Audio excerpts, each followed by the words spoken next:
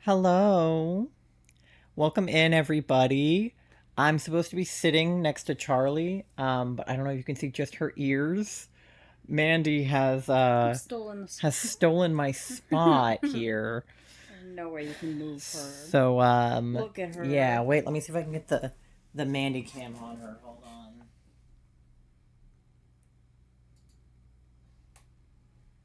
Oh, is the webcam working? Hello. Oh, yeah. There we go. Yeah, look at her. She has curled up right where my spot is. I usually sit on the little flower.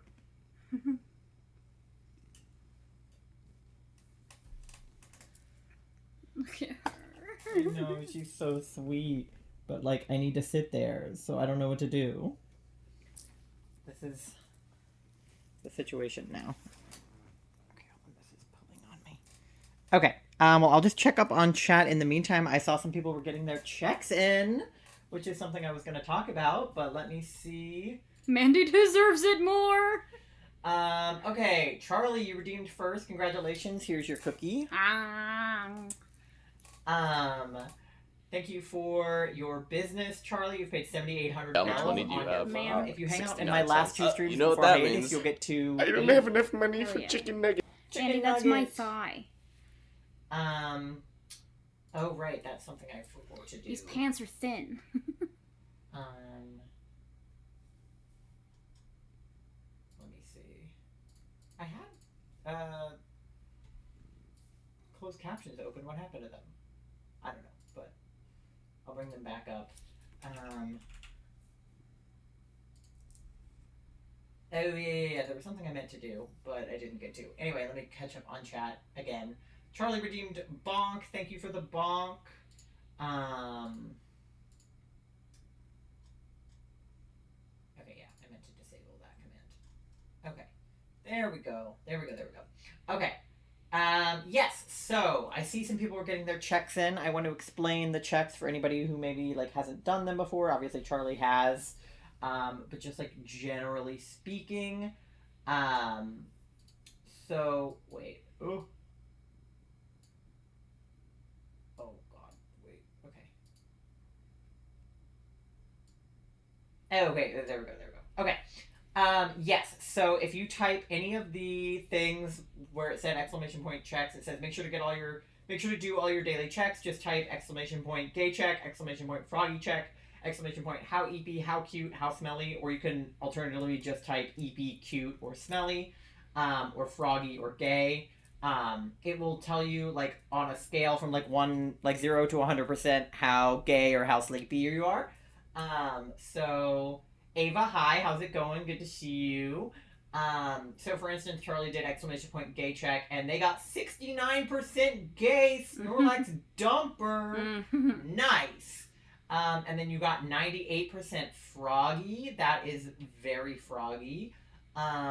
You are 61% EP, so you're not too EP, a little more than half. Um, Ava failed her gay check and then did it correctly and got 8% gay. That's not very gay, is it? That's still a fail, I think. Charlie is feeling 74% cute. I would say that you're 100% cute, but 74 seemed accurate. Exclamation point smelly, you're 54% smelly. That's fair. That's fair. Sniff, sniff, stinky is good. Yeah, closed captioner. I know what happened. I restarted my computer and that would have closed captions. My bad. And then thank you for the 69. And for the ribbit. I will do a ribbit in a second as soon as I'm able to sit. But Mandy is currently sitting where I'm supposed to sit. But yeah, I added some new things around here for today because Charlie and I are doing a special stream. So if you see in the Charlie, can you point toward the bottom left corner toward Mandy at the little bee? Yeah, see down there, there's a little bee. She's snoozing. Whenever people come into chat, she'll welcome you in. Oh wait, my hand went behind the blanket. No, you're good. Yeah, right there. Yeah. So she'll welcome you in if ever you come in. Because I don't have stream avatars on the next screen, unfortunately. The avatars are weird on this screen. Hold on.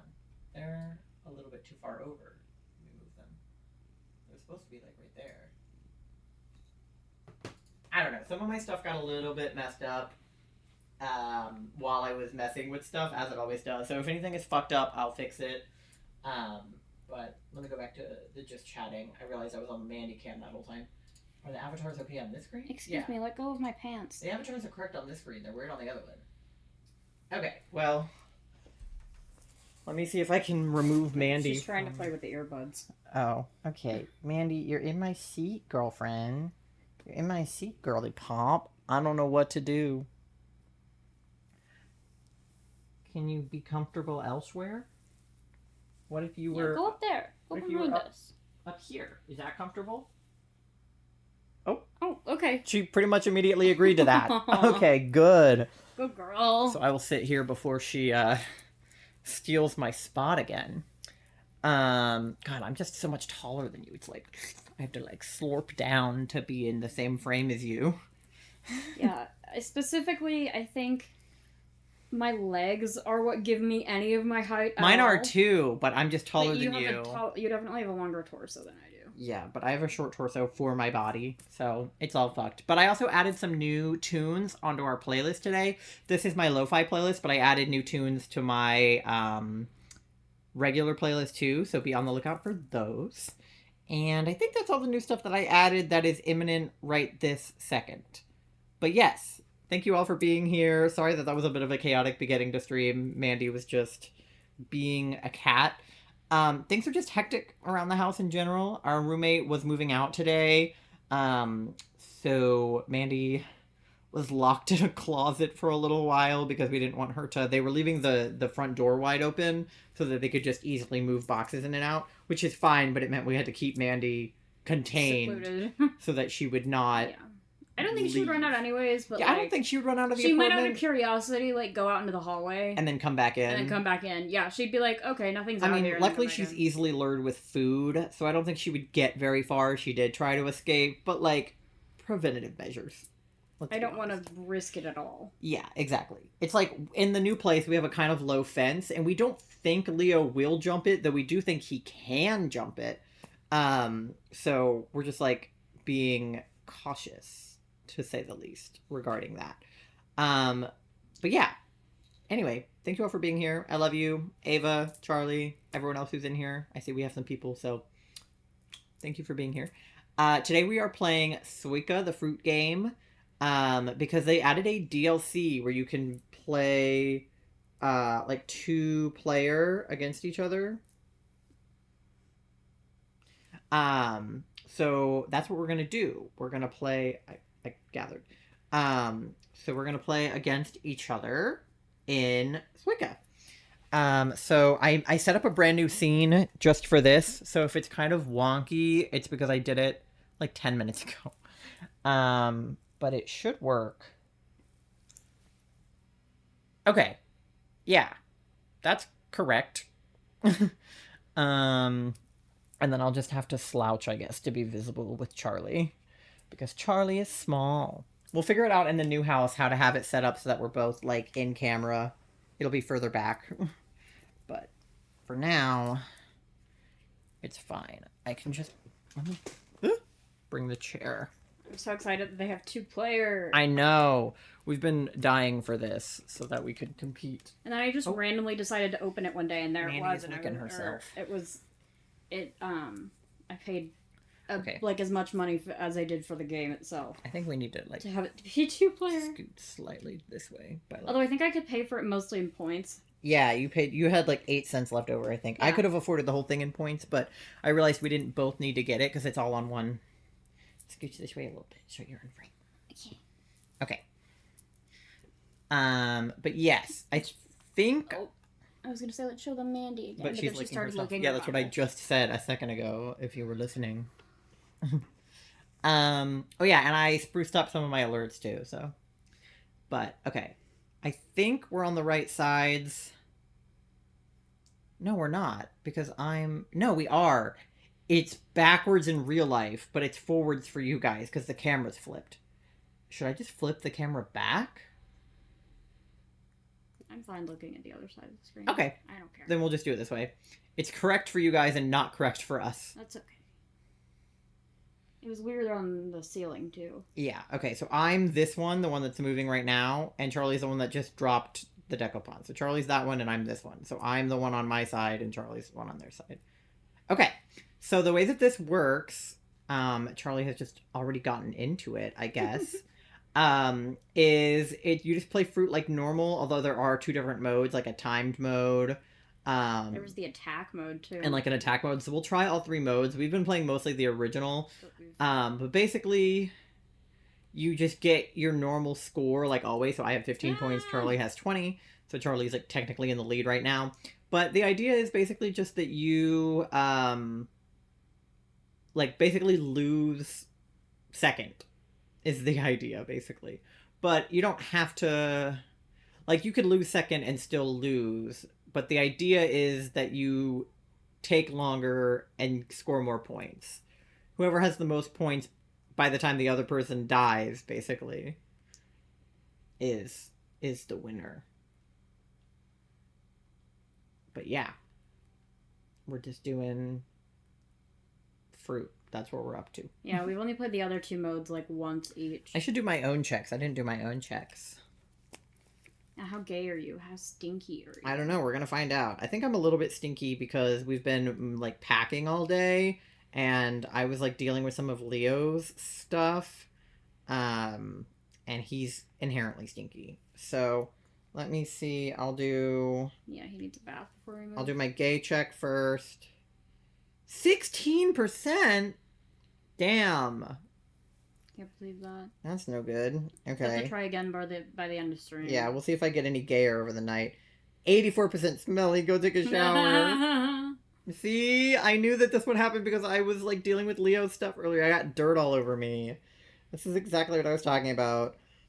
Okay. Tom Nook knows. What else? Cute.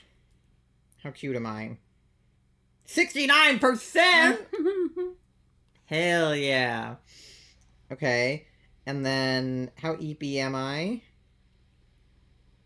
81% eepy. I am pretty eepy. Mine was 61, but I feel like it should almost be switched. It's the frog tuck in. Oh yeah, I added new BTTV emotes as well, so be on the lookout for those. And then, what is the other one? Oh, froggy. Duh. How froggy am I? Was I snoring? 69% froggy. Let's go. I'm 69% cute and 69% froggy. Kermit Gape. Oh yeah, I also want to make sure that chat is working on this screen, so I'm just gonna do a test. Yes, it is. Okay. Perfect. But yeah, did you say that I was snoring again? Yes, you've been snoring the last few days and it's been pissing me off. I'm sorry, I don't know. It's probably because It's probably the season allergies, has yeah. started. I just, like, I don't know what it is, but, like, I know nobody really likes to hear snoring, but I, like, physically cannot stand it. I cannot be anywhere near anybody who is snoring, and I grew up with a brother and a dad who snores, so when I was in a hotel room, I literally wouldn't be able to sleep without, like, blasting music in my headphones. I cannot sleep with anyone who snores. Like, it's not... I'm sorry. It's okay. It's just, like, I literally have to, like, slap them senseless to get them to stop snoring because I can't do it. I don't know if it's the autism or what, but I cannot deal with snoring. Yeah, but I bet it's the time of year. It's, like, one of my worst pet peeves, and it's not your fault. Like, you can't control it, but I hate it so much. No, that's valid. I don't love it either, so I get it. Yeah. I just cannot exist if somebody is snoring. It like... I remember when you were on the cruise and you had to share a room with your brother, you were telling me about. It's awful. It just gets inside my ears and I can't hear anything else. I can't distract myself from it. Even with headphones in, I still think I can hear it because it has a pattern and my pattern recognition brain knows when they will snore next.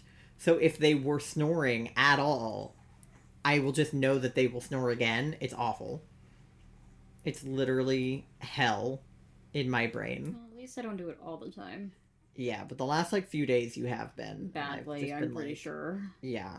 Like, because you don't even just, like, snore. You sound like a cat. Like, I sometimes think it's Mandy. And I'm just like... But yeah, I'm congested, so that's probably it. I'm sure that that's why. And like I said, it's not your fault and I don't blame you. But, like... Doesn't mean it's not annoying. Yeah, I am going to hate you for it, even if it's not your fault. That is my toxic trait. Is I cannot stand snoring.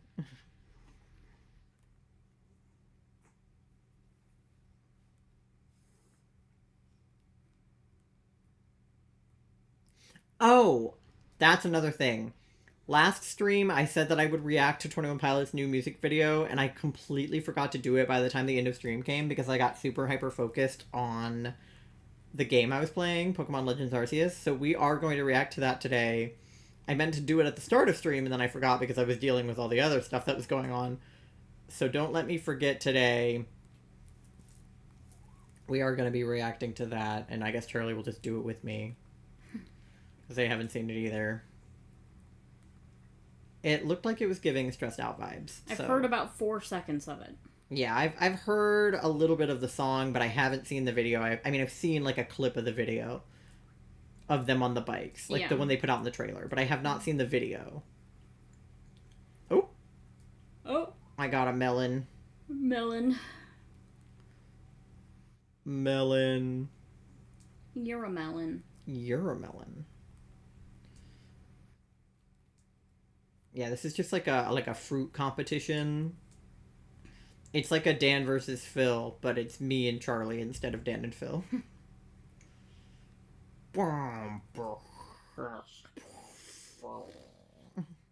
It's okay, you can't understand what they're saying enough when they do that anyway, so it may as well be a Ty versus Charlie. All of my fruit is, like, slowly moving. Yep, there it goes. I knew that was going to happen. Oh.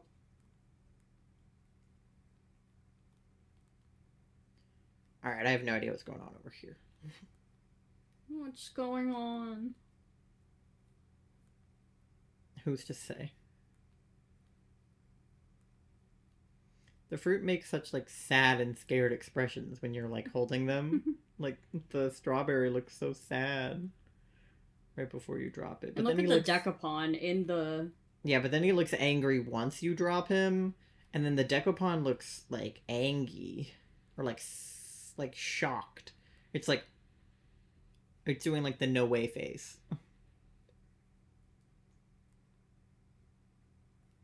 I know this song. A lot of the music I added was, like, more, like, lo-fi video game music, which I already had a ton of on the playlist. But I found even more of it. So there's, like, lo-fi Pokemon, lo-fi Animal Crossing, lo-fi, like, Mario. There's a lot of stuff on here. Damn it. And then I have Dan and Phil's, like, chill beats. Dan and Phil beats. Dan and Phil beats. It's not quite lo-fi, but it's like synthwave. But this is all just, like, instrumental chill hop stuff. It doesn't have to be necessarily lo-fi, but it's all close enough to that, like, lo-fi genre. Even if it's not exactly. Bum, bum, bum, bum. Bum, bum, bum, bum. Okay, so, like, now Charlie is out because they died. So all I have to do is beat their score, which may or may not happen right now because I'm not doing particularly well. But they're at 1686 and I'm at 1421. So I just have to... Oh! Bonk! Thank you for the bonk. Is that you, Charlie? Yeah. Yeah.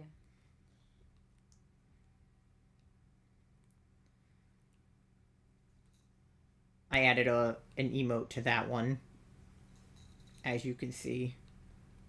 Bonk. All my fruit are just, like, not together. They need to be together, and they're not.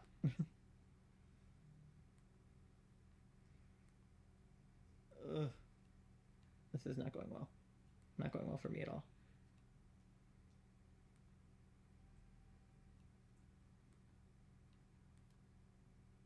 Oh, okay. Well, that Well, something. Maybe that helped? I can't tell. I'm only 100 points behind Charlie right now. 1586. And I'm deceased, so you have that whole section. Let me see if I can't. I'm worried if I do this. Okay, it worked. Okay. So it also lets you keep going even though I've beaten Charlie at this point. It'll still let me finish out. So we'll see how far I can go. I don't feel super confident about this game, but I like to play it out anyway.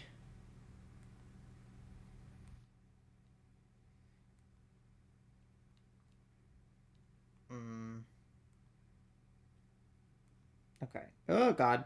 That's the one thing I didn't want it to do. Ugh.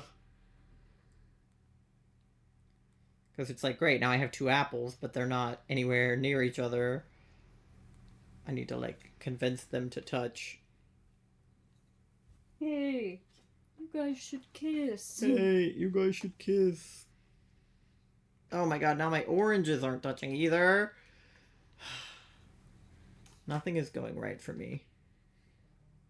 You've already beat one. I know. Say beaten me, but then.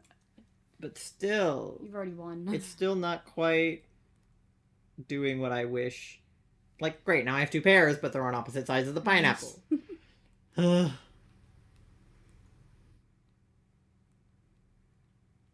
I keep looking at your thing saying that you have a grape next. And then thinking I have a grape next. And I don't. I don't have a grape. I know what I was going to say earlier is I said something about it being on our ceiling, and I realized that out of context that probably doesn't make any goddamn sense. Okay, there we go. We have a projector that we've been playing this, and alright, so the reason that we have a projector on the ceiling right now in our room is because we are packing up everything, including our TVs and stuff. So I got the projector out so that we would still be able to watch videos and TV, or play video games in our bedroom without having to come in here. And eventually we'll have to pack up the TV in here too. So we've been projecting it onto our ceiling to play in preparation for this event. Not that it's much of an event because the only person I had to invite was Charlie and they live here, but still. I live here for now. Yeah, we live here for all of 2 weeks. It's getting, freakishly close to the move when it felt, very far away a few months ago. I mean, because it was, but, a few months ago just doesn't feel like all that long ago. So true, Tom Nook.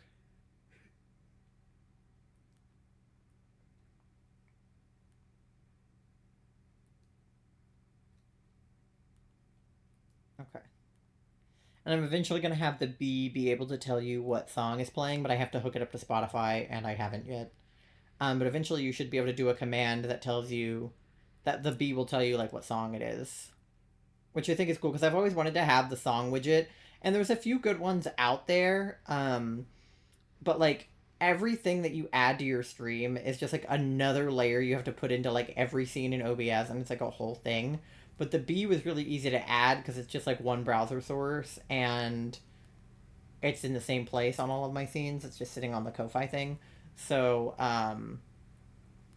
if I can get that integration to work with Spotify, which it should, I just had to log into Charlie's Spotify and I don't know their username and password. But once I get that integration set up, it'll be really good because on this playlist it doesn't matter as much because it's just lo-fi beats, although maybe you want to know if it's a lo-fi version of the Wii theme song, who it's by or whatever. But on my emo playlist for sure, I want people to be able to ask what song it is. Because I sometimes wonder what song is playing on other people's streams, and depending on whether or not they have that integration set up, I'll ask it. Instead of having to ask the streamer, oh, hey, what song is this? And then they have to go check if they don't know. It's just easier that way. Or, for me to check from the couch, I'd have to go, all the way over to Spotify and pull it up, so. I mean, I guess technically I could look at it on Charlie's phone, but if Charlie wasn't here... Hi, I'm here. Charlie would be the integration I would use previously. If there was a song on Spotify playing, I'd be like, Charlie, what song is it? I am the integration. Charlie is actually the Tom Nook bot. They have been all along. And it's your host, me. I've been here the whole time. In my head, non-stop for the past few days, has just been, everybody do the weenus. The weenus is a dance. Everybody is a genius who knows it in advance. And it's like all over my TikTok feed, and I was like, you know those audios that like you're certain are viral, and then you look at them and it's like not that many videos? I knew that this one couldn't be that viral because it had to be viral within the like niche community that is Dropout enjoyers. But college humor. But there were so many videos on my feed on TikTok. I was like, wow, there must be a ton of videos under this sound. There's not. I've just seen every video under the sound. There's not that many, but I've seen them all. Because it's all my For You page will feed me right now. Which is fine. I'm happy about it. But it's just like, my brain is just, everybody do the weenus. The weenus is a dance. But we haven't actually seen the episode yet of Game Changer. Because we don't have Dropout. Because we don't have Dropout right now because I'm broke. Maybe one day we'll get a subscription to Dropout, but not right now. But hopefully it'll get posted somewhere. You guys hear about the whole Watcher debacle last week? I don't know if I ever talked about that on stream. I meant to, but it happened on a weekend, and I think it resolved itself so quickly that it didn't even matter by the time I was going to talk about it. Like, now it's already all resolved, more or less, but for those of you who, I guess, don't know, or just want my take on it, Watcher, the two guys behind it being... Well, technically there's three guys behind it, but the two original guys behind it being Shane Madej and Ryan Bergara from BuzzFeed. They were the original guys on BuzzFeed Unsolved. Well, technically Shane wasn't, but they were the guys who finished BuzzFeed Unsolved.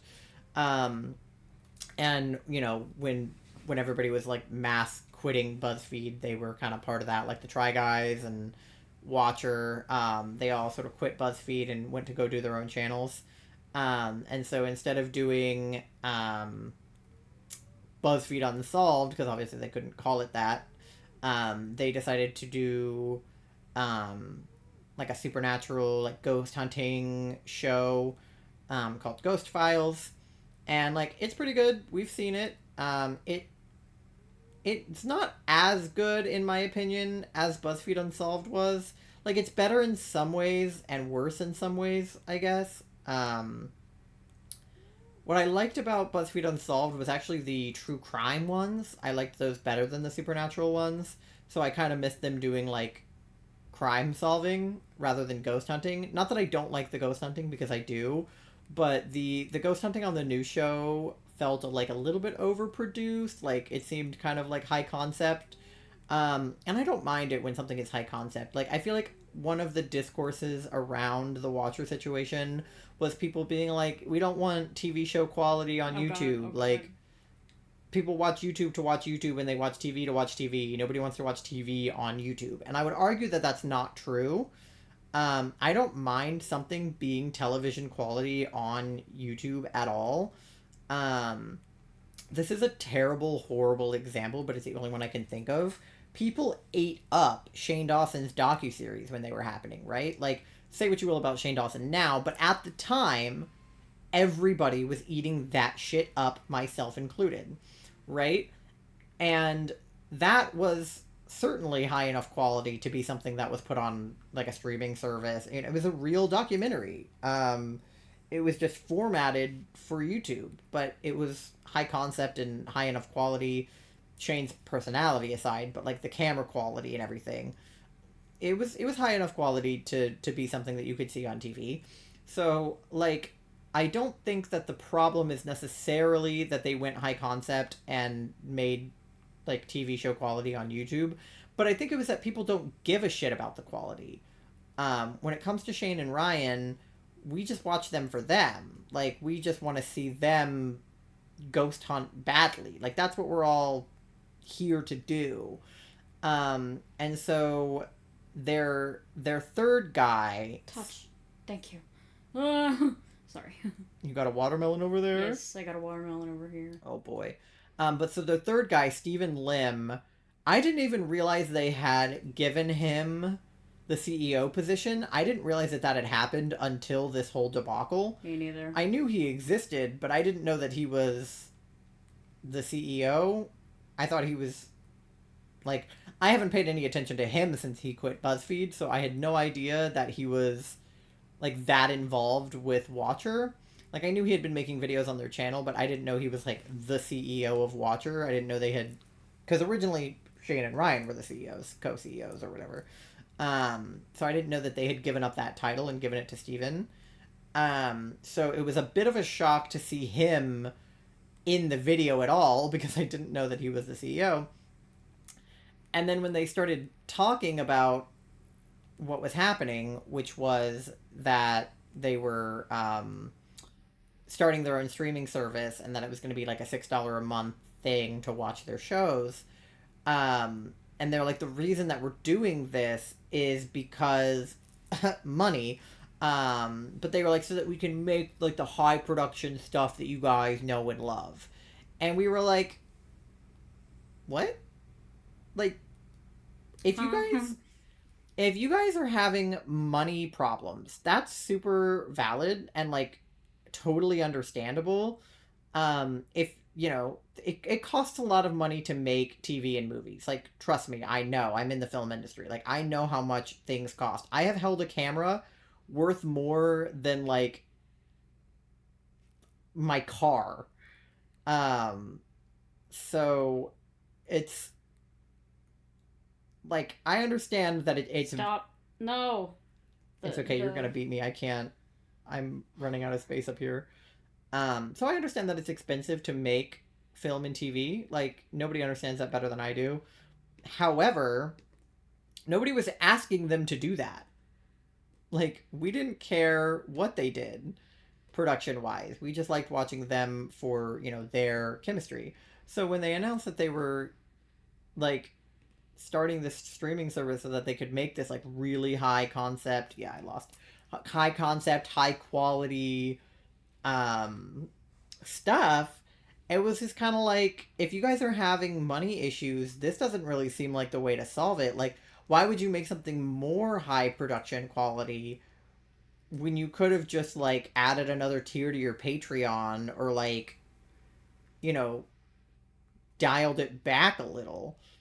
And I think what happened was, it was really just like a complete, like, I don't know, like, lack of knowledge of who their audience is. Like, the people that watch Watcher are like me and Charlie, like, broke, college age, like, recently graduated, working minimum wage type people. Like, nobody watching Watcher is particularly wealthy, and the people that maybe do have enough money to be subscribed to their Patreon already were subscribed to their Patreon. Like, yeah. They also didn't promote it that much. I didn't really know, like, I knew they had a Patreon, I guess, but I like, kind of had forgotten that they had a Patreon, because I was like, I personally don't have the funds to be subscribed to a Patreon for Watcher right now. Like, there's a million other things that I would use my money on before I would do that. Even though I love Watcher, or did, or I don't know, but the guys at least, like, I would be subscribed to their Patreon if I had the money to do that, but I just, like, don't, and I would rather spend my money on things I actually need and want. But there's a lot of people that do spend their money on their Patreon. I mean, it looks like they were bringing in like 6 figures a month on their Patreon, or at least their Patreon and like YouTube combined. And so it's like, yes, that is a lot of money, and people were like, they're, you know, extremely rich to even be having this stance, which is true. But again, like, I know how expensive it is to make movies. Like, it can cost millions and millions of dollars to make like a movie. But that's what I'm saying. It's like we just weren't asking them to do that. Like, if you're only making, and by only, I mean in the context of filmmaking, if you're only making $100,000 a month, then make stuff within your budget, right? Like, I made a film last year, and my budget for that film was like $1,500, $2,000 tops. Because that was the money that I had to work with. That was I did a GoFundMe, or an Indiegogo rather, and the like my family members and friends funded that film. And if it wasn't for their funding, we wouldn't have had our location, which was an Airbnb we rented for a weekend. Like, we would not have been able to, make the movie without that money. But it was totally doable, right? So if their budget is $100,000 a month, granted it would be lower than that because they have to pay their employees and whatever, but also they have too many employees. That was another note that people were making. But obviously they don't have $100,000 just to put toward their project, right? Like, they're renting a space, like wherever their business is, whatever their office space is, like they're paying for that. So, take their rent out of that, right? And then, pay their employees, pay themselves so that they pay their own rent in addition to their business's rent. So however much that comes out to. But they would know that, right? Like, they have a money guy, it's probably Steven, who should know how much they have to put towards their projects every month. And also, that's not including sponsorship money and, everything else like that. So, if they have sponsors that are sponsoring an episode, then, they have that money to take into consideration as well. So, they should be able to do something, even for like $50,000. They should be able to make, a few episodes of that show. Like, there's no reason for them to not have enough money other than that they are spending it on things that they don't need to do. So anyway, after they made that video announcing that they were going to make everybody pay $6 to watch their content, they walked it back really quick. And Monday morning they put out a video and they were like, our bad. We won't do that anymore. They're still doing the streaming service, but now it's like basically optional to pay for it because you can still get the shows on YouTube. Which is good because I wanted to watch them, but I'm sure there's a lot of people that don't even want to watch them anymore after all of that. But I think they handled it well enough considering. I just wish that they had spoken to their audience first and asked how they thought we might feel about it. Yeah. Somebody said oh, this whole thing could have been avoided with a YouTube poll. And though I don't think that that's necessarily true, they definitely could have spoken to their audience and been like, what do you guys want? And we would have told them, you could film this on an iPhone and we'd watch it. Because we don't care what it's shot on. Don't buy a super expensive camera or rent a super expensive camera. Don't pay all this money for special effects or, graphics. We don't... BuzzFeed Unsolved would sometimes just be a black screen with text on it. I could make that. I could edit BuzzFeed Unsolved, you know what I mean? There were some lower thirds and stuff that I probably wouldn't be able to make on my own, but... What? If you would just let him fall, he would have combined with the other orange. Well, that's rude. You're literally floating there. I was trying to drop it. This game doesn't give you a chance sometimes. It's kind of annoying. Alright, well, let me kind of adjust the camera in the meantime, because it's a little bit pointed towards me and not enough towards Charlie. You guys are not getting enough Charlie content right now, and that is a crime. Okay, is that better? Maybe that's a little bit too much Charlie now. Split the difference.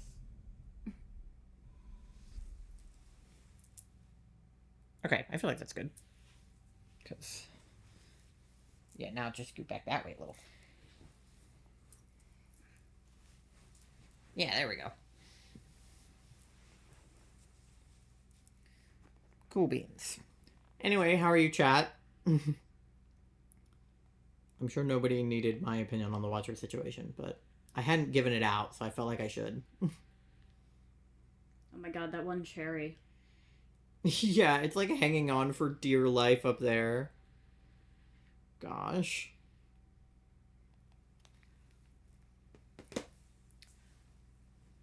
But yeah, we packed up a ton of stuff today. I think we have, so we got a bunch of bankers boxes from Charlie's dad because he had a friend who had a bunch of bankers boxes for some reason. So those came in clutch. I think we packed, over the past few days, I think we packed like 10 or so bankers boxes, and then we packed 2 like huge boxes from Lowe's. And then a couple of like tubs. Okay, so Charlie's won 2, I've won 1.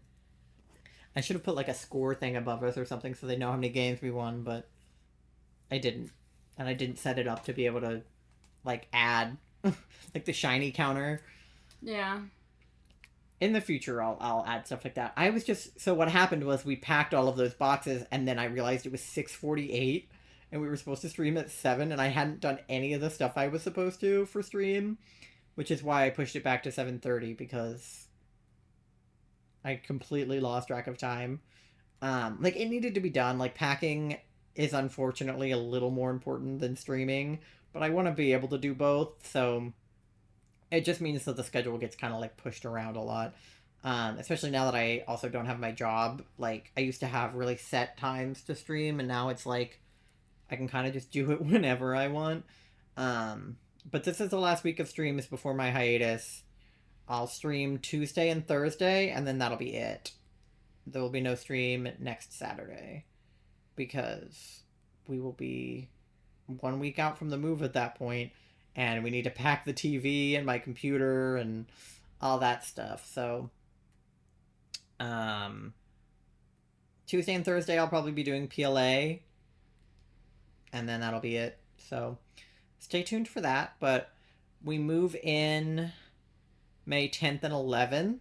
So probably like a week or so after that, I'll have the computer set back up and can at least do a stream like this where it's kind of like low key, less of my equipment. If all of the equipment's not set back up yet. So yeah, but it'll be a much needed week or 2 off because I'm tired. Like, as much as I hate that I lost my job, it's been nice to not have to work during all of this because I think that would just be an extra stressor that, like, I already have enough stressors. Granted, it's a stressor to be unemployed, but it's like there's nothing I can do about it right this second. Like, I have an interview next week. I have applied for jobs. I applied for unemployment, so I've done everything I can do, and I'm continuing to do everything I can do, so it's I mean, it's impossible to not feel stressed about it, but, like, I'm doing my best. Is what it is. Yeah. Like, obviously I need money, so the longer I'm unemployed, the more of a problem it's gonna be, but, like, right this second, it's not.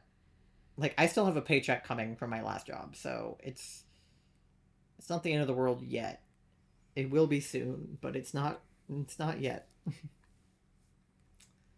But no, hopefully the job, oh, that's not where I wanted that to go. Hopefully the job that I have an interview for will just work out, and then I won't have to do anything else. It's like a marketing job. I don't know how much, like, because my experience is, like, vaguely in marketing, but not like as much as somebody who actually, like, you know, went to school for marketing. So I'm trying to decide whether or not I think I have a shot versus somebody else who might apply with a marketing background. But it's also like a management thing, and I have a lot of management experience. I was a supervisor at the call center for like a year and a half that I used to work at. I was the, like, drumline bassline section leader, and I was the front ensemble section leader when I was in high school. I was on the executive board for an LGBTQ organization at my college. So, like, I'm pretty good with dealing with, like, groups of people. Like, being a filmmaker and being a director is inherently, like, kind of like being a leader. So I have a lot of leadership experience. So, like, I don't know. I've never been in, like, a manager position before. Like, I haven't been, like, the manager of, like a retail or like a bar or like a waiter manager or that kind of thing. I've never done any management jobs like that. Um, but I have the skill set to do that kind of thing, especially being a supervisor at my last job. Not my last job, but the job before that. Um, that helped a lot, I think. Because it's really just like meetings and managing people, and I'm good at managing projects, so I feel like it translates to managing people. I'm not really a people person per se, but there were two jobs available that I looked at on the website for the place I applied. One of them was like a very people person-y job where it was like you're speaking to clients like all the time, and I was like, yeah, I don't want to do that. And then the other job was a managerial position, so I was like, I think I would rather talk to people, the same people all the time, than a bunch of different people all the time.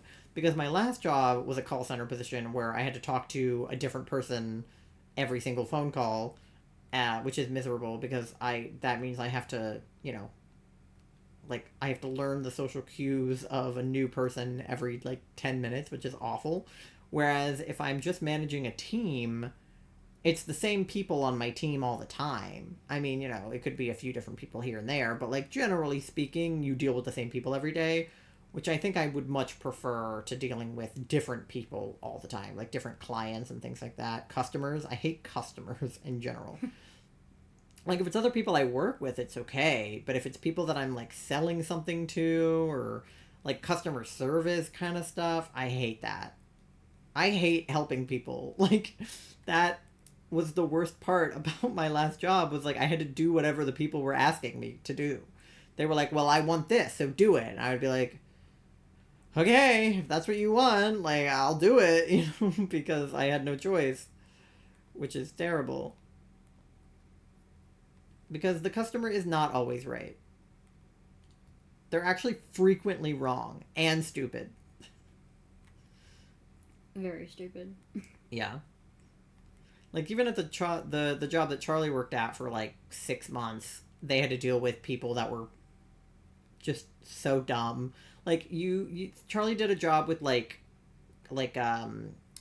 university transcripts and things like that. So it was customer service, but it was, like, a very specific niche of customer service where it was, like, mostly college kids or, like, recent grads calling to get their transcript to send from one school to the other. The worst was always their parents. Yeah, from calling. a school to a job or something like that. But you got a lot of people that would call and be like, I haven't gotten my transcript yet. And then you would look at when it was mailed and you're like, yeah, it was mailed like 2 days ago and it takes like a week or however long.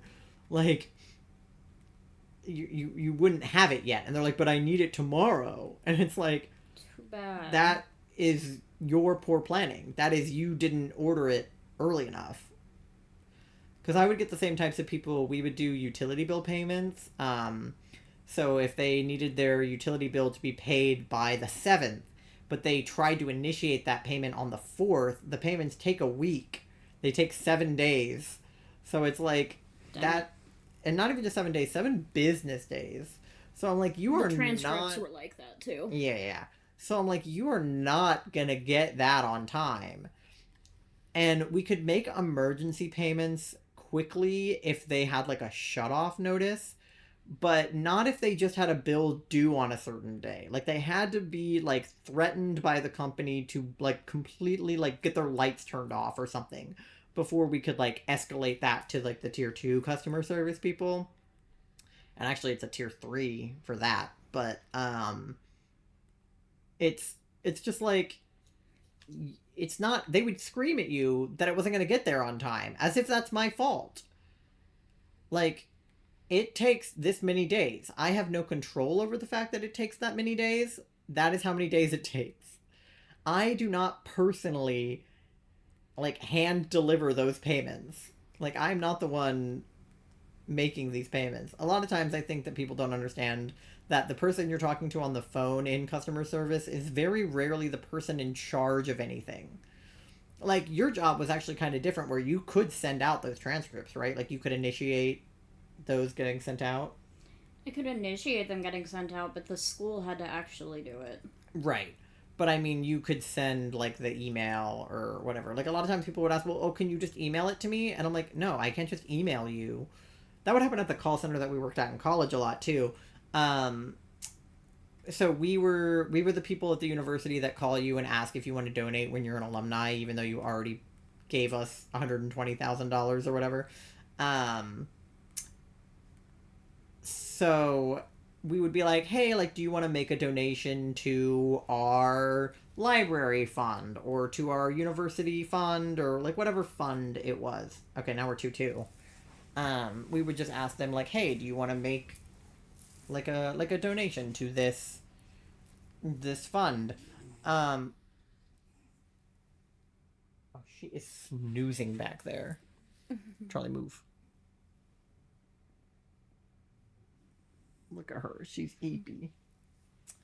Um, and they would be like, I don't know. Can you like email me like more information about the fund? And I'm like, no. I can email you a link to donate to it. That's about it. Or they'd be like, can you text it to me? And I'm like, no. I don't have that function out. Like we now they do in that system, but at the time we didn't have like a text function.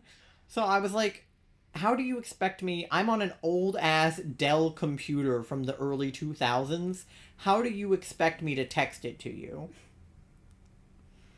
Like, even on my PC at my most recent job, people would ask if I could send them a text instead of an email, and I would be like, no, because that functionality just doesn't exist in the software we use. Like, it exists in softwares, in some people's softwares, right? Like, in the health insurance company that we worked adjacently to, they had an automated system that could send you a text to download their app. So sometimes I would get people that would be like, well, can you just text me the link to download the app? And I'm like, no, only the automated system for the health insurance company that I don't work for can do that. And they're like, well, how come you can't do it? And I'm like, because I don't work for them. And I don't have that functionality in my system.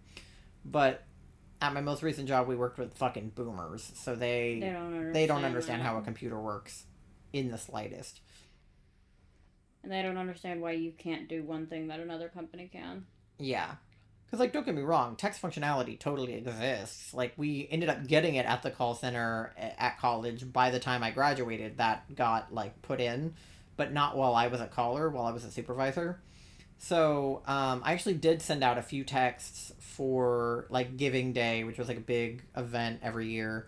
Actually just happened. At our school, we could actually text out links for that, but it was, like, an automated thing. It was, like, the text is already drafted and you select all of the recipients on a computer and then it sends to them. Like, you don't actually send them a text on a phone, right? Like, and you could respond to them. Like, a lot of people would respond and be like, wrong number, or they would be like, oh, I'll do that, and then you would go, thank you, or whatever. But it was like very limited what we could do with the texting function. Like, we couldn't just like text them whatever. We had to send one of a few prompts. So, I don't know. People are just dumb. That's the moral of that story. Like, I love and hate watching the like customer service retail employee TikToks where they do like little skits. I can't think of her name right now, but I was just watching her videos earlier. The girl who always does the like I worked at a party store videos. I can't remember her name to save my life, but I can see her face so clearly. Um, but she used to work at a furniture store, and she used to work at like a Party City or something adjacent to that. And like she worked at like the balloon counter at like the Party City or whatever. Oh yeah, I know who you're talking about. Yeah. And so all of her videos would be people just like not knowing how helium works, and it's like, I want to get these balloons for my like son's birthday party tomorrow. And they're like, oh, like we don't have helium right now. So you'd have to come back tomorrow if you wanted helium in them. And they're like, well, just put air in them. And it's like, they're not going to first of all, they're not going to float, and second of all, they won't probably be very inflated by the time your son's birthday party tomorrow like, they don't, and they're like, no, they'll float because it's air. And it's like, no, because helium is lighter than air. Air is the same weight as air. And most of those people are parents. I'm like, how are you this far in life? I know. And don't understand I wonder how people helium became works. adults and didn't learn, like, basic things. Like, I don't not understand how boomers don't understand computers, right? Like... That makes enough sense. Yeah, although computers have existed since, like, the 60s. So, if you were born in the, like, 50s or earlier, you should kind of have a grasp of computers at this point. Like, phones, maybe not, but computers, like, maybe not the internet, but at least a computer. Like, how to use a mouse, you know? Like, one lady I talked to did not know what a URL bar was or how to type a link into it. And I think she just kept Googling what I was telling her. So I was like, yeah, so you're going to want to put, like, websitename.com into your URL bar. And then I think she would type it into the search bar and then Google it. And then she would be like, I found this website. Is that right? And I would be like, no, it's this website at this.com. And she'd be like, okay, I don't see that. And I'm like, you shouldn't have to see it. It should come up automatically if you type what I'm telling you to type into the URL bar. And she's like, I don't know what that is. And I'm like, huh? What? the bar, the thing at the not the Google search bar, the link at the top, like, just didn't get it. I was like, okay. And then by the end of that call, because obviously, like, she wasn't just trying to get to the website, she was trying to do something on the website. So this was like step one, was to just get her to the website. And because I couldn't even accomplish that, she was like, well, you haven't been very helpful at all. I'm sorry. I don't know how to explain better how to put a link into the URL bar. Like, I don't know what else to tell you. I was like, if you are putting it into the search bar, just search name of website, not with the .com, but you might get the, like, advertisement things first, so you'd have to, like, scroll down a little bit to get to the right one. Otherwise, you might be... Because our website was, like, nameofwebsiteplus.com, so sometimes people would end up on nameofwebsite.com instead of nameofwebsite plus. And I don't think we have a relationship with Name of Website. We just are Name of Website plus. So whoever owns, like, nameofwebsite.com is not... It's like .net versus .com. Like, we could be website.com and have no relationship with website.net. So I was like, I don't even think, like, the website you're describing to me and what you're telling me that you see are not what our website looks like. I'm like, our website has this color and this logo. Do you see that? No? Then you're not in the right place. And somehow it was my fault that she couldn't find the right website. And I was like, what? How? What? Ma'am. I think probably out of all of the phone calls I had to do at my last job, all of them were terrible and I hated every second of it. But I think some of the worst ones were having to walk old people through the internet. Like, placing orders wasn't that bad, doing utility payments wasn't that bad, activating cards was very easy, giving people their balance was very easy. Explaining to an old person how to, like, click on things and how to get, like, a password reset sent to your phone and then click on the link and then reset your password.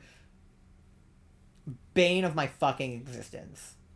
Because a lot of times people would call in and be like, hey, I want to register for your website. And I would be like, okay, so it's going to ask you for all this information about yourself and you're going to have to put it in.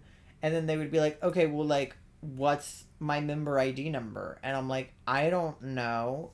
It's on your card. What does your card say that your member ID number is? Like, I can only help you, but so much, my guy. Oh, I should have done that the other way. Oh, well. It's fine. Oh, shit. That's not what I wanted to do.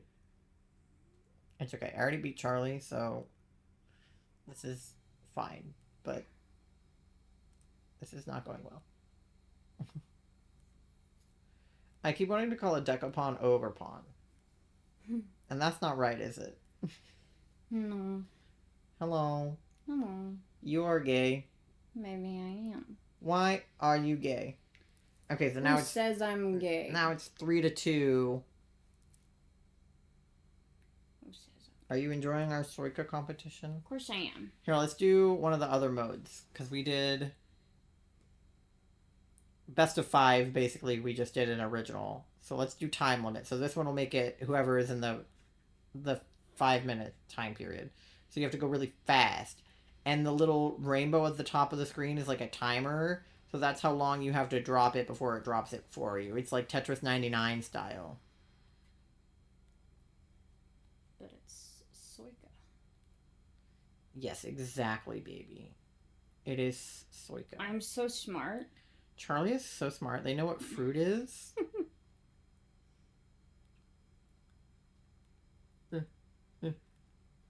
Apples. Apples. Apples. You guys ever seen apples? Because I have. My brain just went apple. Hey, apple. Hey, apple. Hey. Hey, apple. Exactly. You God, know I used to exactly watch what I'm talking so much about. of that shit. So did I.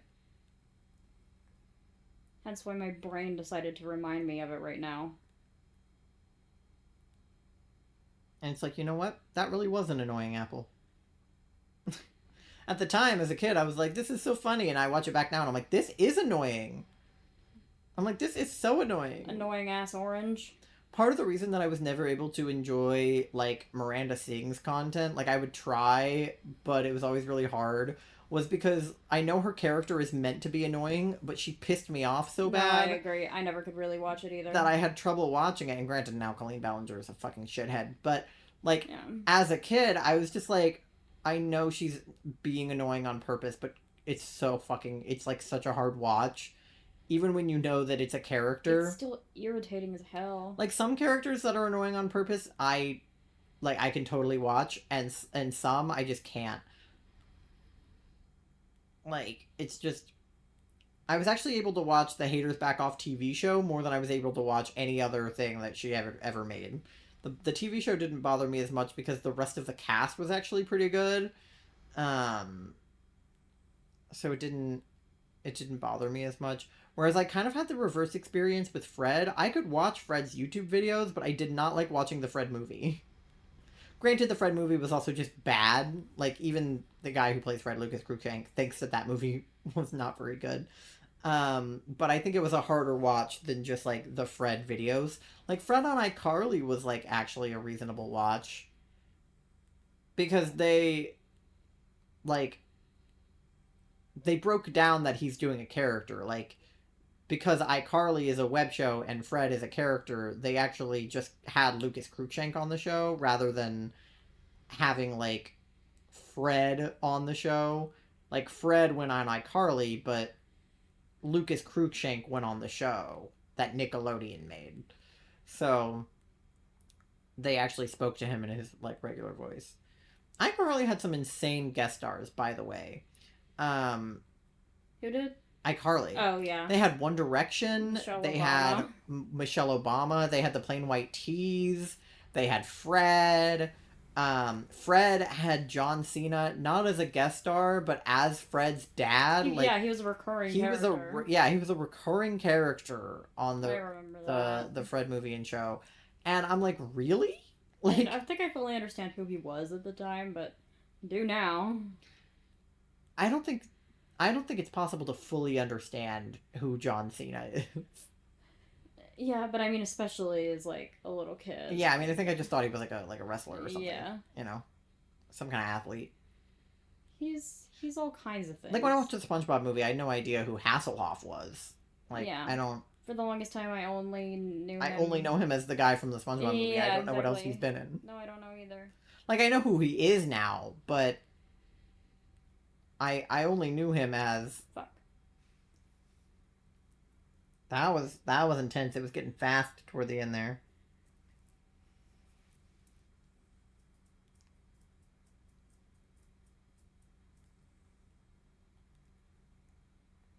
We'll just do like best of 5 on each Yeah.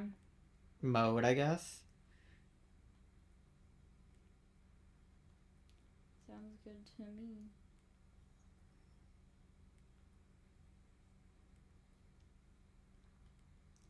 And then I have an ad coming up after this one, so we can take a quick ad break. If I had any money, I would so order dinner right now. I know, I was about to say I'm hungry. We'll figure out what we can make quickly. Yeah, sorry, I've been really eepy today. You've been EP every day since I met you. I know, I just need a little extra eepy today. Yeah. It's okay. We still managed to get a good, decent bit of like packing done. It just meant that we didn't make dinner and stream happened a little late, but And that's just probably how it's kind of me for a while. yeah. Oh fuck. See, that's why I didn't want to put him there. But then I was running out of time and I couldn't think. Because now I'm thinking about eating food. Yeah. It's okay. I've been thinking about it for a little while. We'll get to DoorDash a bunch when we move, like when we're moving, or like go out to eat in our new area. Because I feel like your parents will buy. Yeah, at least some. Especially because our new place may or may not have a microwave. We're still not sure. So if it doesn't have a microwave, we will not be eating in the house. But also, Charlie's grandma is taking us to our favorite Thai place that we always go to every week. This week, for probably one of the last times for a while, because it's not going to be like too far to go, but it might be a little far. It'll be like 30 minutes or so. Yeah, it just might be a little far to go like every week, like we have been. Yeah, maybe like once a month type thing. Yeah.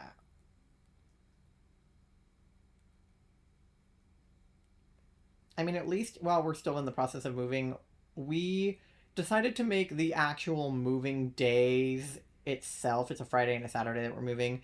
We decided to make that weekend a little bit easier on everybody coming to help us because it's like Charlie's brother is going to help, Charlie's parents are going to help, some of our friends, Ava's going to be there.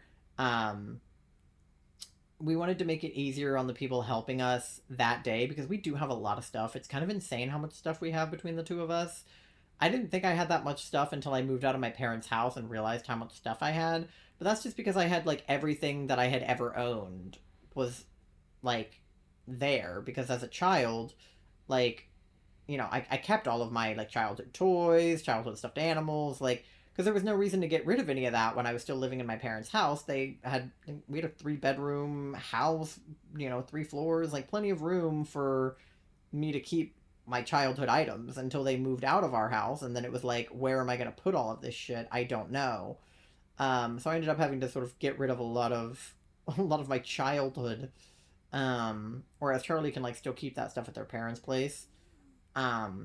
But we have a lot of stuffed animals and like figurines and stuff like that. We have a lot of just like trinkets.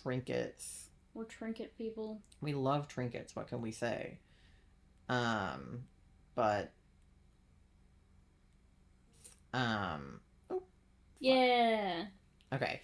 Well, we'll do the ad right now, and then when we come back, we'll see who takes the third round. So I'll see you guys in like 3 minutes. Grab some food, grab a drink, go to the bathroom, do whatever you got to do, and we will see you in a bit.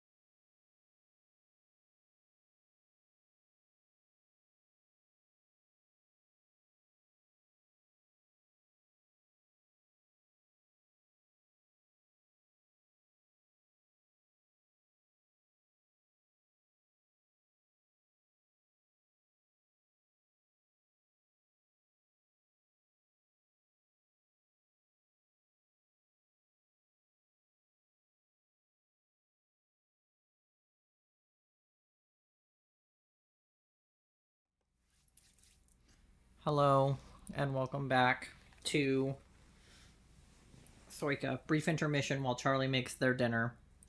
We're having pizza rolls and chicken nuggets and mac and cheese like children. Because what else would we have? So I have my Velveeta, not sponsored, microwave mac and cheese cup that I am eating. It's a little hot. Oh, there's a knot in my headphones. But yeah, the house looks super weird and very packed up. Like, this room is still relatively, like,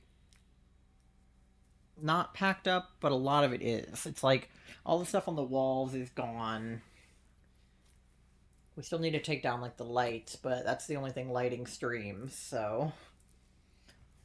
Oh yeah, my bucket hat. I gotta put my frog hat back on.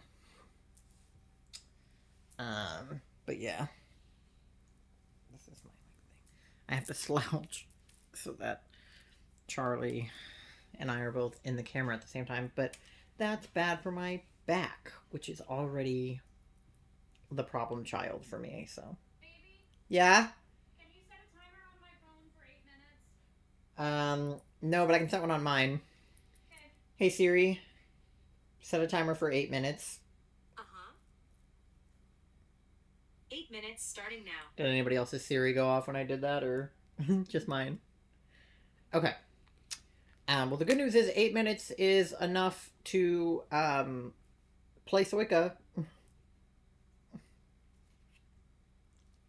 Because it's a 5-minute timer.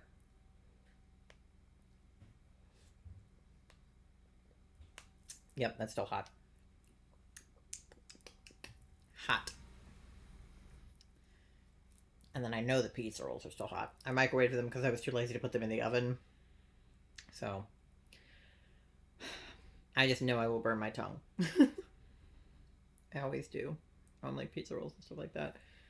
Hot Pockets, pizza rolls, pizza bagels, stuff like that. I always burn my tongue.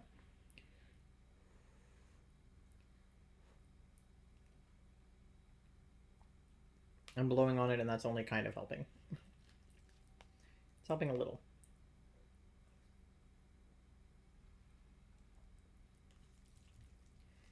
But it's like, because you microwave it, it's like warm in some places and then not warm in other places.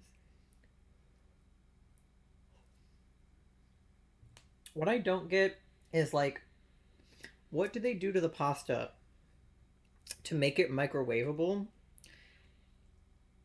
And how come you can't microwave regular pasta? Like, make that make sense. Because I know they put this like little white powder in the like microwave mac and cheese cups.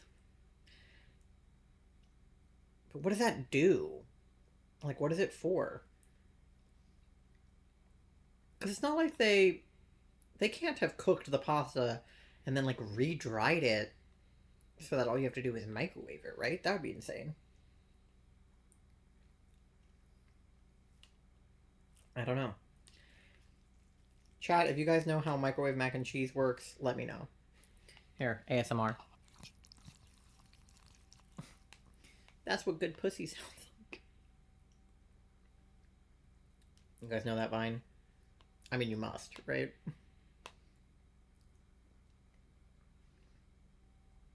I make that joke every time I store mac and cheese. Like, literally every time. Hi. Charlie's here with microwave mac and cheese. Hi. Hi. Come sit. Don't step on my pizza roll.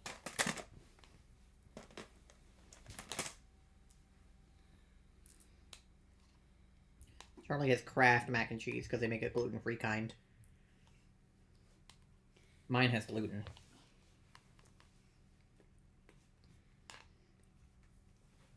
Is there a reason you're crushing me to death?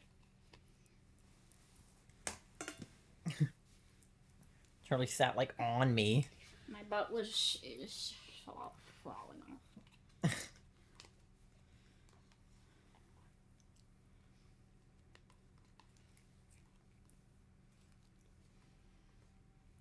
That made a crunchy sound. Sorry. No, you're good. Okay, let me see. Do we have enough time to Suika? 4 minutes. So no. What do you gotta flip your nuggets or something? Yeah. What a loser, this guy. Alright, let me see if I can't get the camera to be like in between where it is right now.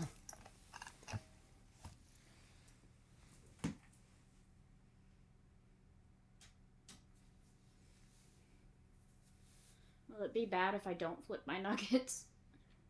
They'll just be more cooked on one side than the other side. So it depends on how cooked on one side you want your nuggets to be. Some nuggets don't make you flip them, and some of them do. Okay, there we go. Now we're both in shot. You're just a little bit short. That's okay. But it means I can sit up without slouching, which is also good, because...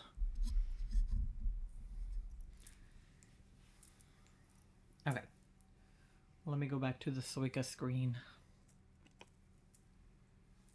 Okay, yeah, there we go. That's good. It's just sitting on our, like, TV, stand right now. So it's not, like, on a tripod or anything. Obviously, we're in the new house. It'll be on a tripod, so we won't have this problem, but... Let's see if these are going to burn my tongue off or not.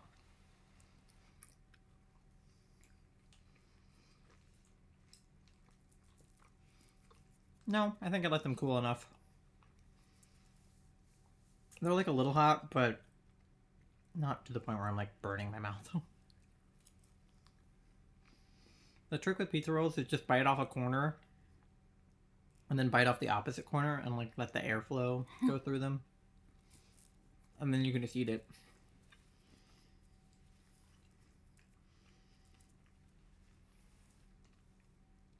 How's your mac and cheese?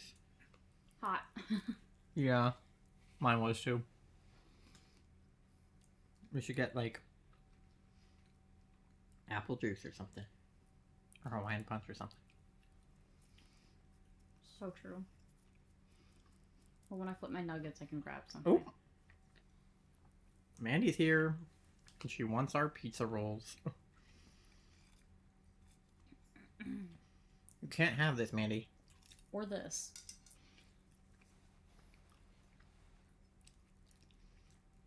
She was convinced Charlie was going to feed her when we got up, as if Charlie did not already feed her before stream started. Ma'am. Ma'am. No. Not on the headphones. Okay. She is now curled up at her feet. She's just a baby. Here, wait, let me show you. There she is. She's just a girl. Living in a lonely world. Mm-hmm. Took the midnight train. No, she can't ride the train. Oh. I don't think Mandy would like a train very much. No, I doubt it. She barely likes cars.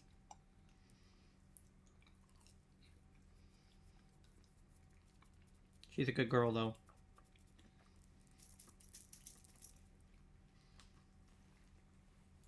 She behaved very well today, all things considered. Because I feel like moving is kind of a stressor for her. You have 40 seconds before you flip your nugs. Okay.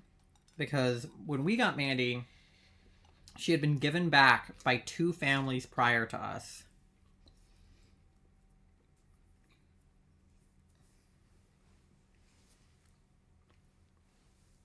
So, like, I guess her first family got her as a kitten.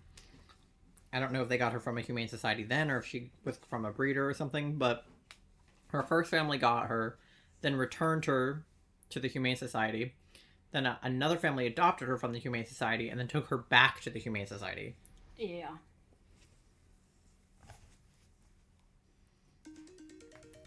There's your nugget alarm.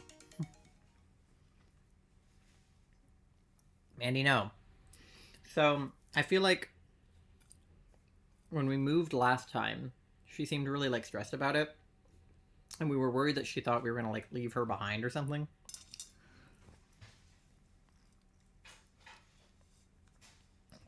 like we were gonna move out and just leave her there or take her back to the Humane Society. And she obviously didn't like it at the Humane Society very much. Because we were told when we got her that she doesn't like being around other cats. Yet she was in a room with like 7 other cats. You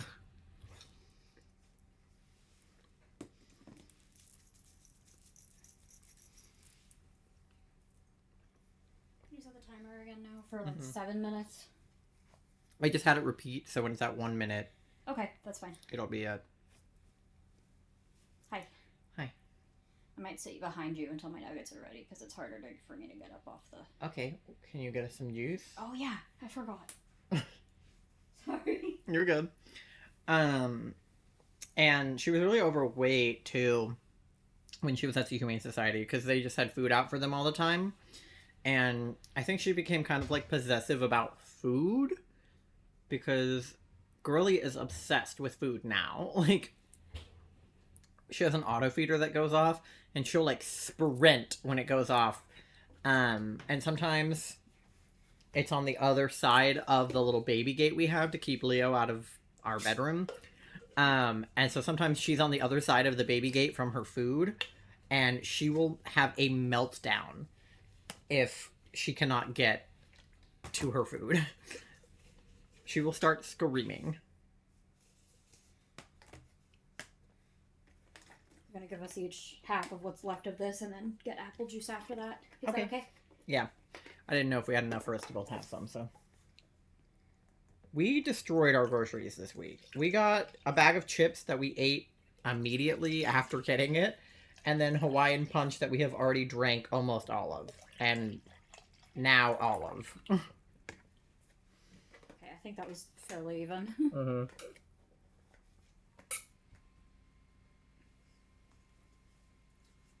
Like, we're already gonna have to get more groceries.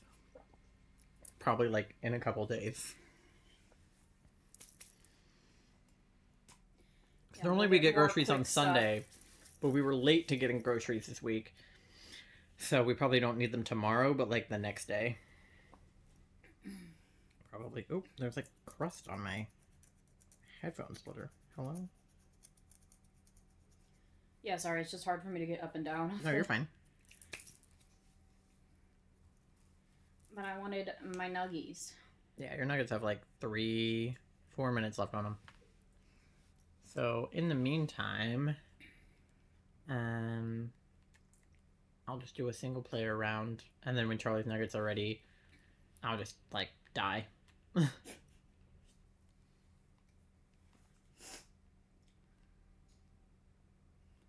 I'll do, like a fast round. Like, I can't think, I just have to drop. I'll pretend that there's a timer keeping me. Like, I'm like doing a timer in my head. I'm like 5, 4, and then I have to drop it by the time it gets to 1.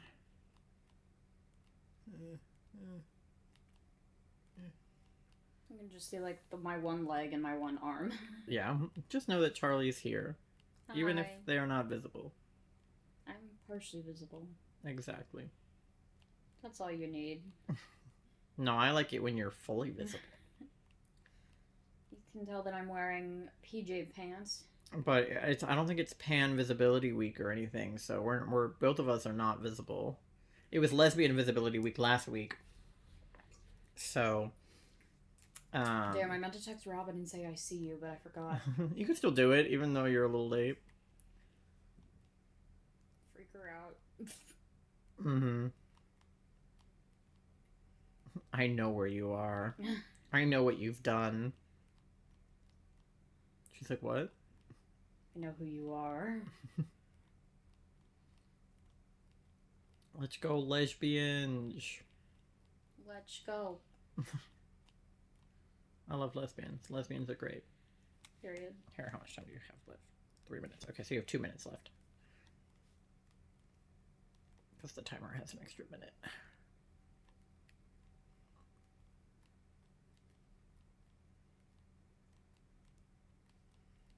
Fruit.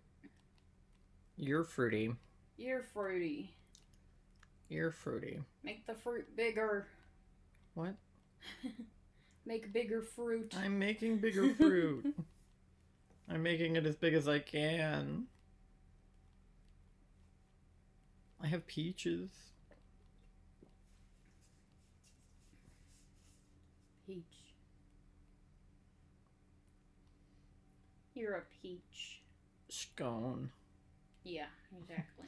Hobo Johnson has a song called Subaru Crosstrack, and I didn't know that because I haven't like kept up with his music recently. And Charlie has a Subaru Crosstrack, and it's blue. And so we listened to that song just to like see what it was about, and it really is just about having a Subaru Crosstrek. And he's like, it's got good suspension, it's reliable. And Charlie was like, it does have good suspension. And I was like, it drives really smoothly. It sure does. I've driven Charlie's car a million times. Actually, the very first time that I ever drove Charlie's car was on one of our like early dates. We were probably 2 months, Yeah, maybe not I'd say, even, like, yeah. into our relationship. It was like October. We started dating in September. But it was like late October when we started dating, early September. And we went to like, we were trying to go like car camping in like the, what is it, like the Shenandoah Valley? Yeah, Shenandoah National Park. Yeah, Shenandoah National Park. And because I had never been, and Which isn't like super far, but it's still a drive. yeah, I mean it's probably like an hour from here or something. But it's more importantly than the length of the drive, it's that we're in a like a mountain valley. Sorry to interrupt, but what are the time on my nuggets? Yeah, go ahead. Okay, you just pick back up. So Charlie has like troubles with like changes in like barometric pressure and like air pressure and stuff like that. Huh? Elevation. Yeah, so being like up in the mountains, kind of like in the valley of the mountain, kind of like fucked with Charlie's head basically. And so they started to feel like sick like pretty early on into the trip. Like we made like s'mores around a fire and like, oh, it like shot a cherry out. Oh well, good timing anyway because we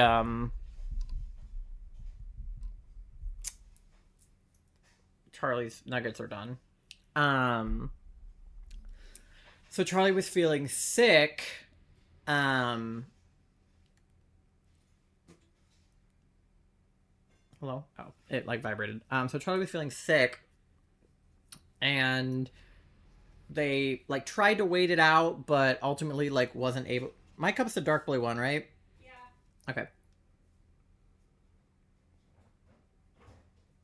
They like ultimately weren't really able to wait out the like sickness that they were feeling. And it got like it got worse really quickly, and Charlie was like, I am gonna like throw up, like I need to go home. Yeah, like threw up twice. Yeah, like I might need to go to the hospital, I don't know. And I was like, huh? Because I had never like, this was early on in me knowing Charlie, so we hadn't like needed to go to the hospital before. Thankfully, I'll preface this by I didn't have to go, thankfully, that time. Yeah, Sorry, you're shitting on the blanket.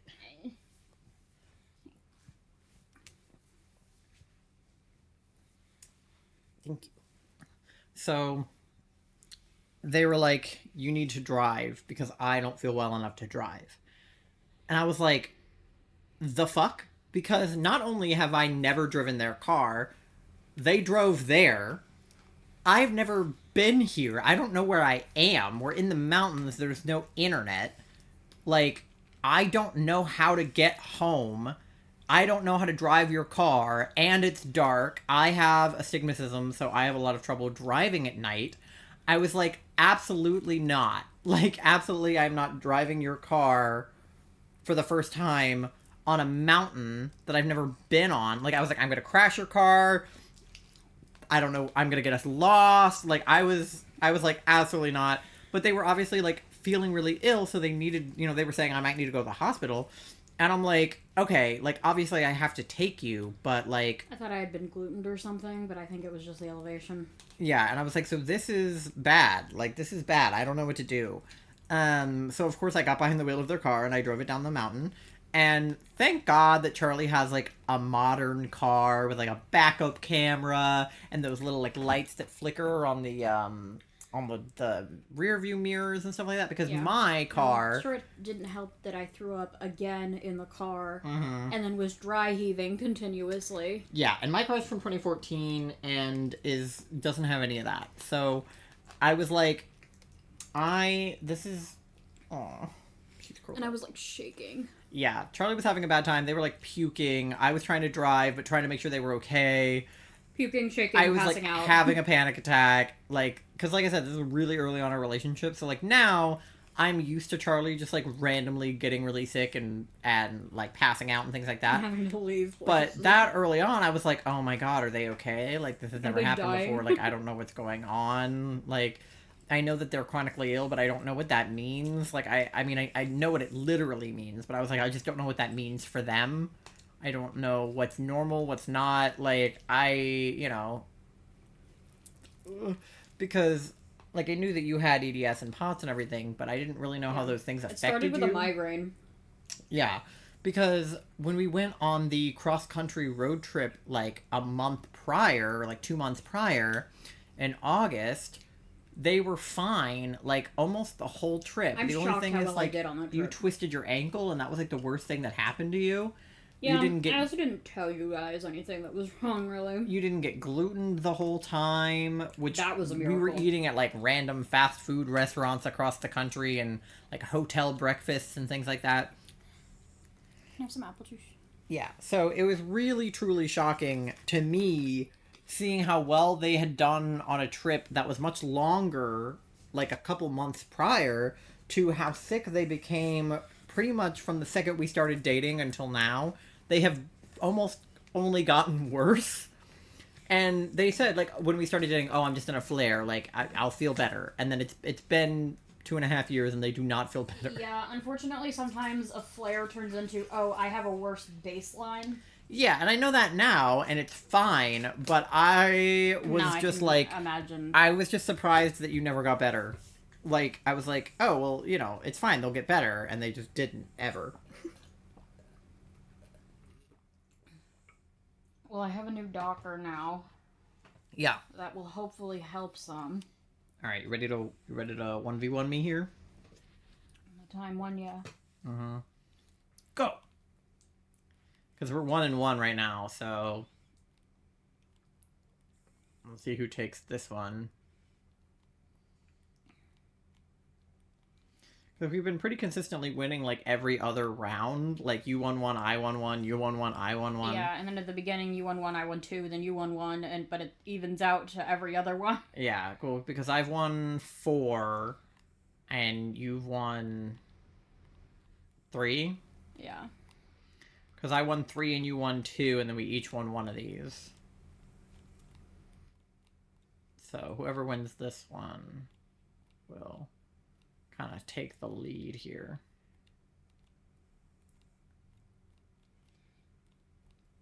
Yeah, and then I'm going to ask if we can go back to the not timed ones just for a minute so I can eat. Well, I'm just going to go to the attack ones. I thought we would just go through all of them. Yeah. No, that's okay. You can just eat in between. They're only 5 minutes. Yeah. Just do that.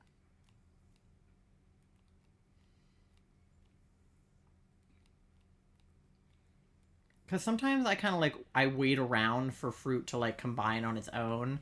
Like, when things are starting to slide together, I'm like, oh, I'll just wait before I drop the next one. But you can't do that in this mode. You just, like, have to keep going.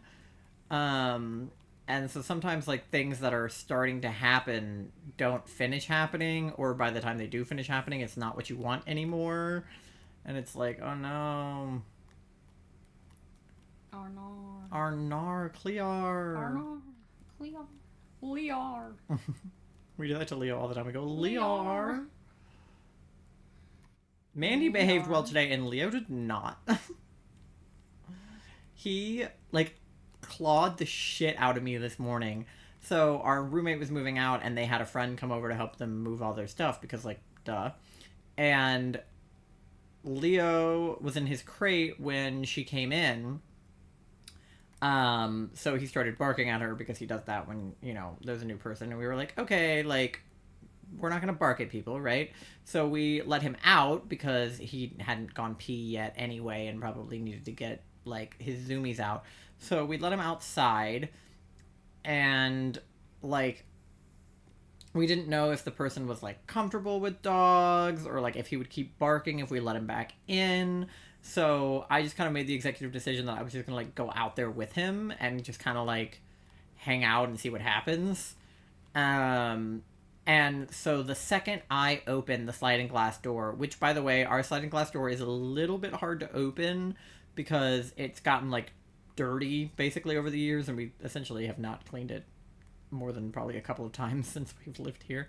So it kind of doesn't slide very well. Like, it's the kind of thing where you need to put, like, Dawn dish soap into the, like, the part where it slides, for it to be able to, like, open well. And I literally cannot close it from the outside anymore, which is bad. So probably should fix that before we move out. But, anyway, that's the situation. So the second I open the sliding glass door, he sprints at me, trying to get in through, like, the crack in the door that I slid through, because I knew he was going to try to get inside. So I, like, opened the door just enough to, like, get my body through, but he ran at me and tried to get his head through that hole. And I was also holding a pair of scissors because I was going to go grab something outside that we needed to clean up, and it needed scissors. So I was holding scissors in my hand, and I almost stabbed him in the head because he, like, rammed his head into the sliding glass door, and when he realized he couldn't fit through the sliding glass door, he started jumping on me and, like, scratching at my legs. So now my leg has, like, a huge, like, red scratch on it from Leo. So that was really nice of him. And then the girl came back later when they were moving stuff and was like, I'm not afraid of dogs. Like, if you want to let him in, it's okay. Like, I don't mind if he, like, barks at me or anything. And then without us doing anything, they opened the door. Well, no, the door was already open. But I mean further. Well, which is how he got in. I told them they could pet him if they wanted to. Oh, okay. I didn't hear that part. Well, because she said that she was okay with petting him. So I was like, yeah, you can pet him. So she reached her hand through the door. Because, like I said, from the outside, I can't close the door. It gets stuck. So I'm not able to close it. Oh, God, I'm running out of time. Oh, God. Fuck. Yeah. Okay, so now it's 2-1 in this one. So I wasn't able to close the door all the way because it's stuck on the slide. So there was enough room for him to stick his head through.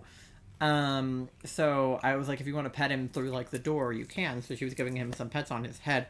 And then he, like, shoved his way through the door and started trying to jump on her. And I was like, bro. And then he just, once we put him back in his crate, he just barked at her the whole time. He chilled out eventually, but... Yeah. Whereas Mandy, we locked in a closet, and normally she would scratch the shit out of the door if we lock her somewhere. But she just tolerated it. Which is weird for her.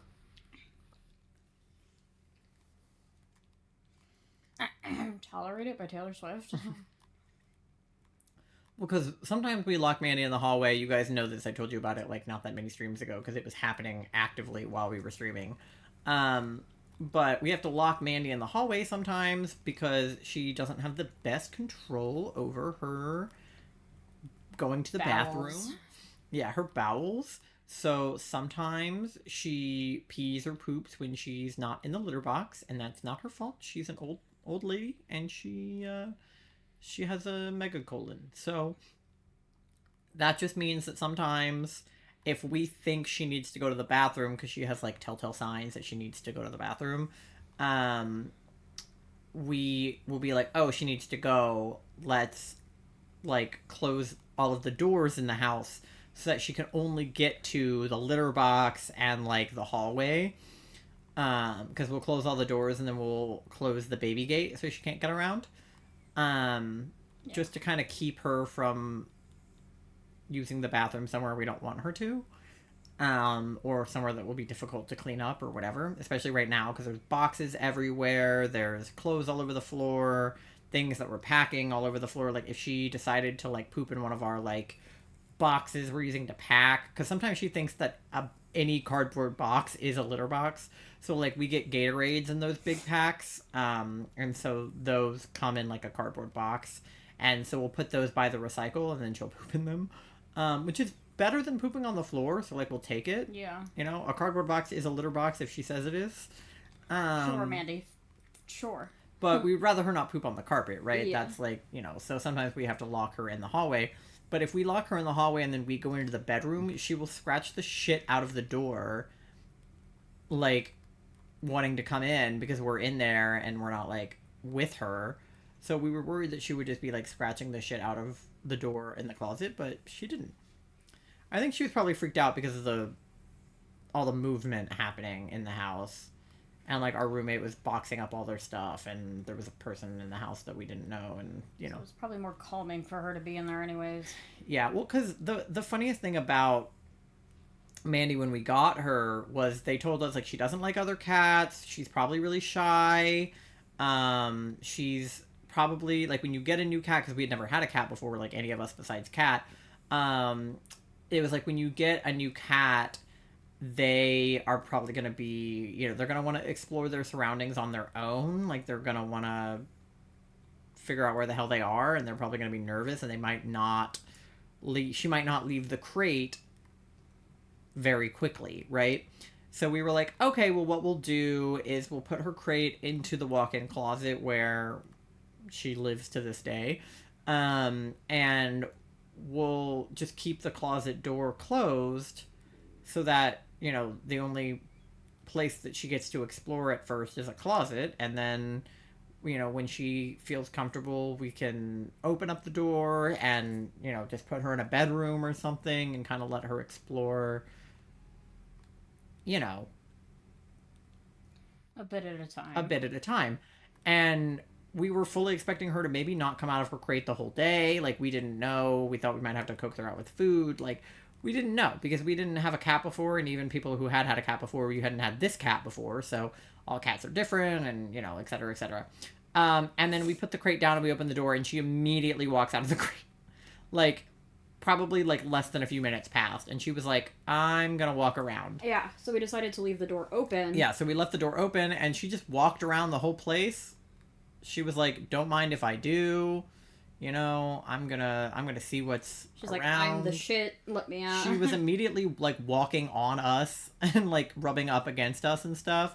And we were like, is she supposed to do this? Like, we were told that she would be shy and, like, maybe not interact with us for a while. And I think she just didn't like the Humane Society setting, like with all the other cats and stuff. Yeah. So. But she was, like, immediately affectionate and, like, friendly, and we were like, who are you? Like, what? And people, like, who have owned cats, like, all their lives are still surprised by how friendly of a cat Mandy is. Like, yeah. Damn. How do you get so many points so fast? I don't know. I'm just a guy. Okay, well, you've won 3, so that's best of 5 to you on this one. So I'm better at original, you're better at time limit. Who's better at attack? I'm gonna eat my nugget. Alright, eat your nugget then.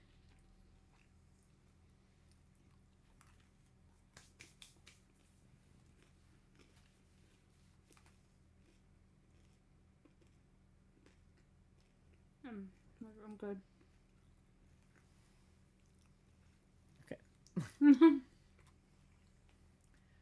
Nugget crunch. Okay, I don't really know how the attack mode works. I just know that it's kind of like sending garbage in Tetris 99. So there is still a timer on the drops, and then additionally we can send fruit to each other, kind of. I know I got more distracted sending fruit to you last time than I... Yeah, if you press Y, it, like, gives you the option to, like... Yeah, like, Charlie just dropped that orange on my screen, I think. It's very confusing. I don't know. It's hard to do both at the same time. Yeah, because in Tetris 99, the garbage just, like, sends automatically. But in this game... And it's also, like, they can send any fruit to you. Like, you can drop a pineapple on me, I think. Yeah. Like, it's not just... Just depends on what fruit you're on when you get the attack thing. Yeah, and sometimes the fruit that they drop on me is, like, useful. Like, sometimes they put a fruit somewhere that it's, like, fine. They'll drop, like, a grape on a grape or a decapon on a decapon, and I'll be like, yeah, that's fine. Put that there. And strawberry was annoying.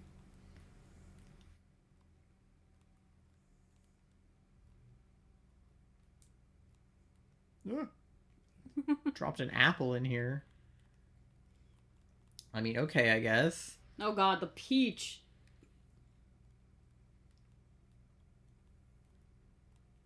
Yeah, I don't know. This mode is crazy. You just kind of have to roll with the punches. There's nothing else that you can do.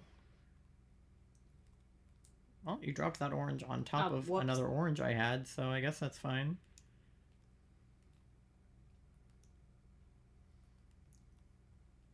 Ah!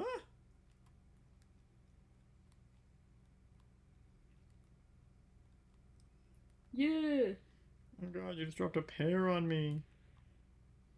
Ah! You dropped a peach on me! Oh god! Apple? I don't know, man. Oh god. Oh god, I have pineapples. I was trying to put something there. Oh dear god. I don't know what happened.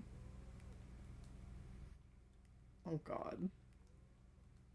This is crazy. This mode is crazy. Thanks for that decopon. You're welcome. I didn't even know I sent you a decopon. I'm trying to not really look at it and just press Y and just kind of... Oh dear. God damn it, that stupid peach that you just dropped. I did it! Yippee! Damn, I was trying to get those pineapples to combine. So I'm kind of annoyed that it doesn't let me keep going. Oh god. Oh, sorry. I didn't give you nugget eating time. I apologize. Here. We'll just... Okay. Okay.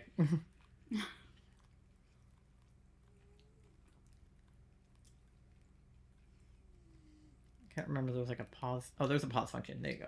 Eat the rest of your nugget. Okay, thank you. That was my bad. I was just like ready to play a second round.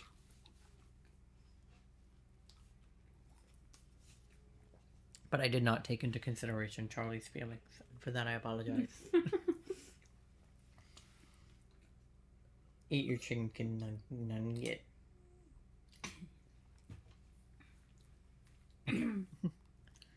I needed nugget time. Nugget time. It's like peanut butter jelly time, but... Ah! Hey! Ah! That worked out. Damn it. That worked out.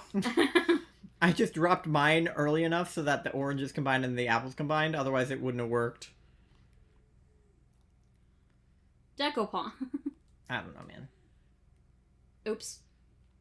What? I just dropped an orange on your orange. You dropped an orange on my orange. How could you? Hello, Decopon. You get a decopon. That's what you get. Thanks. Suck it. Have an orange. That's actually exactly where I would have put that orange, so thank you. Now I have a pineapple because of your generous donation. Now I have a peach that I didn't want. Okay. This is so goofy. Like, part of me hates this mode, and part of me loves this mode. I haven't decided. Yeah. I mean, I won the first one, so I guess it's going relative... That's not where I wanted that decopon. That was okay for me. Thanks. I'm paying no attention to where I'm dropping your fruit. I think my downfall in the previous times we did this was paying too much attention to trying to drop the fruit on you and make it a problem. Well, thanks. And I'm just like, wherever it falls, you know, it's not my problem. Yeah, I pay a little bit of attention, but I'm trying not to pay too Yeah, much I attention. need to find a middle ground between not paying any attention at all and, like, paying some attention. I need to be able to just glance over and decide. Yeah, because the problem is I just glanced over just now, but it was an apple and all you had on your screen was apples. So I was like, I think no matter where I put this, it's convenient for them. Oh, dear God. I dropped a melon on you. Thank you. That was a decent placement of that. Thank you for not putting it on the melon. Yeah, I guess I couldn't could have speak, done that. so I just said on and the melon. I knew what you meant, though. Yeah, that's because we're in love. I put it on the melon that time, but it just fell off. Whoops. Well. I was going to say that's actually where I would have put that, so that works. Ugh.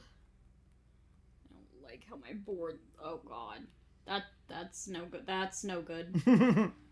I saw the opportunity to drop that apple on you, and I took it. Okay. Slay. So I've won 2 of these, so I just have to take the next one. Mm. Oh, sorry. Nugget. I forgot about nugget time. I'm sorry. I'm sorry. Okay. Okay. I apologize for being inconsiderate My of your nuggets. nugget. I forgive you. It's okay. Or do I? I do. I'm kidding. Charlie actually secretly hates me, and they just haven't been telling me this whole time. Well, it combined with my other grapes. That's so not I where I guess meant that's to fine. put it. Oh, thanks. That was the one place I tried not to put it, but by the time I looked over, it was like... It happens sometimes. It was just too late for me to do anything else. I was like, whatever. Of course I combined it with your grape, too. I was literally trying to drop it on top of the pear, and then where I... No, I didn't know that. They just kind of like float. It's not directly back and Yeah, forth, like so where I kinda... clicked and where it landed were not the same. You had a bunch of oranges all over That the combined place. with my orange, so that was good. There we go. I inconveniently dropped that pear, I think. I inconvenienced you at least a little. Which is all that I can hope for. In this mode. I mean, the trick really that I've learned is just wait until you're close to the top and then drop a pear on you when it would just break your game. Yeah. No. Was that in a helpful place? No. Good. What does it sound like? That helped. Damn it. Thank you. Kind of. I was trying to drop it on top of that orange because I thought it might get in. Yeah, you kind of fixed what you did to me Well, the previous time. maybe I can't. Maybe I was just trying to. Exclamation point words. I don't have that command, but pretend that I do. Well, hello, Decopon. Yeah, that's right. You got a Decopon, bitch. You have one too. It's okay. You just combined it with the other Decopon I had.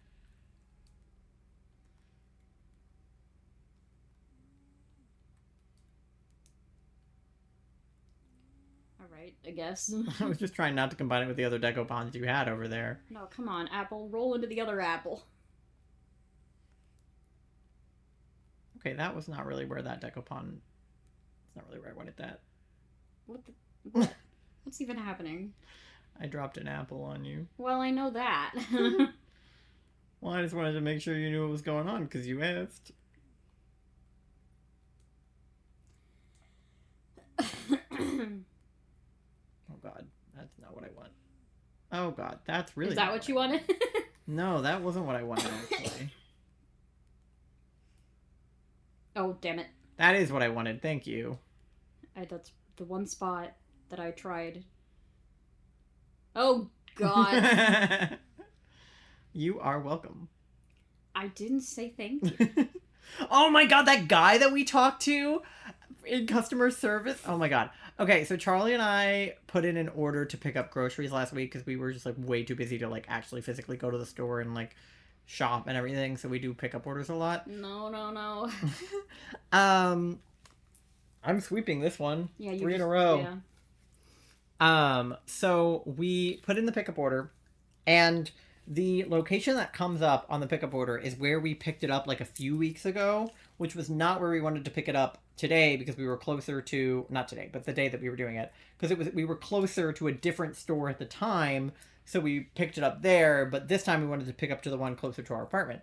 So we put in the address for the one closer to our apartment, and then we drove to that store to pick it up, and I think our pickup time was between like 3 and 4, and we got there at like 4:15, so we were like a little late, but like they usually hold it for at least The rest like of an the hour. day, usually. Yeah, so we figured it would be fine. So we call in, and this guy picks up the phone, and I like dead ass. His tone is like, Attitude immediately. "Hi, welcome to the like store pickup. How can I help you?" And Charlie goes, "Yeah, we're parked in the pickup spots. We have a like an online order that we're here for pickup." And he goes, "Okay, and who are you?" Not what's the name on the order. He goes, "Okay, and who are you?" And Charlie goes, "It should be under, Charlie Allen." And um the dude is like, "Yeah, I don't have anything under that name." And Charlie's like, "Okay, like it might be under like Charlotte, right? And he's like, "Yeah, I don't have anything under that name. Are you at the right store? Like, are you sure that you're at the right store?" And we were like, "Yeah, this is the one on this road, right?" And he was like, "No, this is the one at this mall." But it was on that road. The mall that we were at was on the road that Charlie provided the address. So we were at the right store. Like, the one on, Apple Road was the one by Apple Mall. It's Apple Mall on Apple Road. Like, so we were at the right store. And so he was like, "Are you sure you're at the right store?" And we were like, "Yeah, we're at the one on Apple Road." And he was like, "No, this is the one at Apple Mall. Are you sure that you don't want to pick up the one on Orange Road?" And we were like, "No, we didn't put it in for Orange Road. We put it in for Apple Road." And he was like, "Well, I don't have it, so maybe check your app." And we were like, "Okay." And then he was like, You're welcome. "You're welcome, bye." And we were like, we first of all didn't say thank you. But second of all, what? So we checked our app and we looked at the address in the app, and of course it said Apple Road. And we were like, "Okay, so we are at the one on Apple Road." So we called back and we were like, "Hi," and it was the same dude. And we're like, "Hi, it's us again." We checked our app and it is the one on Apple Road. We were supposed to be here between 3 and 4, so I don't know if maybe that's why it's not coming up in your system. I know we're a little late, but he's like, "No, the only orders I have are for like Gonzalez and like other last name that's not yours." And he was like, "Is it those?" And we were like, "No, it would be under Allen." And he's like, "Yeah, well," and he kept saying "ma'am," but like that happens with Charlie because Charlie doesn't have like a like a masculine voice, but he was like really overusing the word "ma'am," and he was like, "Ma'am, I don't have that. Like your name isn't here. Like I don't have your order." And we were like, "Okay, well, our app says that you do, and we got a text saying that it was ready, and this is the correct address. So, like, what the fuck?" And he wasn't offering any solution whatsoever. Like, he wasn't even saying anything like, "Okay, well, let me like get a manager," or "What did you guys order? Do you have an order confirmation number?" Like, he was just like, "I don't see it, so it's not here." And we were like, "Okay." And then he went, "You're welcome, bye." And we were like, "We did not say thank you. We were looking for a solution here, and you did not provide one, like, at all." Like, huh? So I was like, "Okay, well, Charlie, you have a confirmation text, right? Like, the text should say, maybe we can go into the store and see if there's anybody in there who can help." Like, Yeah, and I only half read the text because I was just like, "Oh, it says my order's ready." yeah, because like sometimes they text you if there's like a substitution they need to make or whatever, but it didn't, it wasn't anything like that. So we just like didn't really look at it. And so It just said your order's ready, and I didn't read the rest of it. yeah, so we checked the text, and it's like your order is ready at different street, not Orange Road, the one the guy suggested, totally different one, the one that we had picked up previously and had specifically changed. Oh, here, come this way. Specifically the one that we had changed the address from because we weren't near that store anymore. It was the store closer to Charlie's parents' house, and we were at Charlie's parents' house last weekend, so that's why we picked up from there. That or 2 weekends ago now or whatever, or 3, I don't know, whatever. The last time that we had picked up groceries, we had picked them up from Charlie's parents' place closest store, because we were over at Charlie's parents' place, so it was just more convenient to do that. And we had specifically changed the address to the one closer to our house. So Even the app said. and the app said that the pickup was ready at the store we had changed it to, but the text said that it was at the store we had not changed it to. And we were just like, what the fuck? So we ended up driving to the other store, and of course the order was there. So, like, I guess at the end of the day, this guy was kind of, like, correct in that we were at the wrong store. But, like, we put in the correct address, so this is not like... I hate that he was, quote, right. I know, it makes me so mad, because I've been him, right? And been like, wow, the person I'm talking to is stupid, they're probably at the wrong store or whatever. You know, but instead of being like, is it possible you guys are at the wrong store? Like, have you checked the address? He was just like, are you sure you're at the right store? Like, check your app. Like, he had such an attitude, which is what makes me so mad about it. Because, like, it would be one thing if we had not changed the address and we were just, like, completely stupid. But we remember doing it. Like, I watched Charlie put in the... Even if we were completely stupid, there's no need to be an ass. Right, like, you shouldn't assume that we're being stupid. Like, you know, when I worked in customer service, I worked with a lot of stupid people that would call in, but I would still go through every step to make sure that it wasn't my system causing the problem. I would always get a supervisor or contact tier 2 if I wasn't sure. Like, sometimes they'd be like, I made a bill payment with you last week and the company has not received it yet. Do you see it on your end? And I would be like, actually, no, I don't see the payment. And it's not that I don't see that the payment went through or that the payment hasn't been completed. I was just like, I don't see the payment at all. And they're like, well, that's so weird because I called in and made it. And I was like, yeah, if you called in and made it, that is weird. Let me look into that for you, right? And it turns out that they had called in, but the payment hadn't been completed and they thought that it had. But, like, I was operating under the assumption that I was stupid, not that they were stupid. That there was some reason I couldn't see it. And not that they had just not done it. Because they said, I called in and I did it. So I believed them. I was like, if you called in and made that payment, it should be on here. Like, there should be evidence of that, at least in the contact history, that you spoke with somebody and they scheduled that payment for you. And in the contact history, that's where I found out that they had called in and the payment had not gone through successfully. And that they were instructed to call back the next day and then they didn't do that. So it was, in fact, in that case, the customer being stupid. But I still had to operate on the assumption that it wasn't that they were being stupid. And it was, you know, that it was a system mistake or something like that. So the fact that that guy, instead of being like, well, let me see, you know, if a manager knows or if you have an order confirmation number or anything, he was just like, we don't have it. And I was like, can you get it? Like...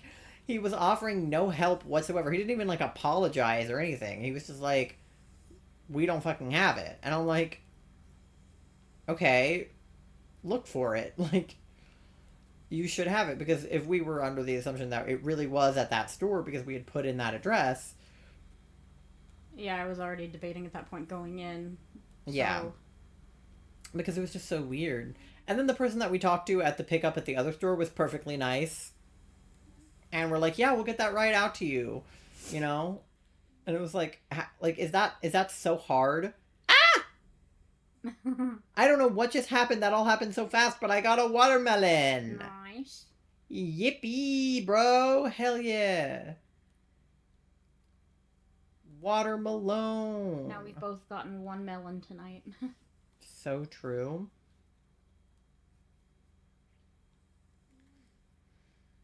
Anyway, don't be a dick to customer service people, but if you are customer service people, also, like, don't be a dick. I did enjoy, on the last couple days of my employment at my job, they laid me off on a Wednesday and told me that my last day was going to be a Friday. And on Thursday and Friday, I basically called out for, like, half the day because I didn't feel like going and I needed to, like, apply for jobs and apply for unemployment and stuff. And I figured it was, like, kind of a waste of my time to go in. Except for that I needed the money. So I went in for like a couple hours each day before I like completely lost motivation to do the job, knowing that it would be my last day. And because nobody was going to be like scoring my calls that day, like nobody was going to be, giving me a grade, because normally they would have people like listening in and giving us grades, but like why would they give me a grade if I was being laid off? So nobody was listening to my calls to give me a grade. So I was like, I may as well just not do my job, really. Like I wasn't like a dick to anybody unless they were a dick to me first. But instead of like doing my customer service voice and like doing all of the things I'm supposed to do, which are like, oh my gosh, thank you so much for calling, like blah blah blah blah, I would just be like, hi, thank you for calling, how can I help you? And they would be like, I need help with this, and I'd be like, okay, and then I would help them with whatever they get called about if I could. Um, I just wouldn't go through all of the drama of being like, oh my gosh, I would be so happy to help you with that, like, you know, blah blah blah blah blah. Like, there's so many steps at my job that we had to do.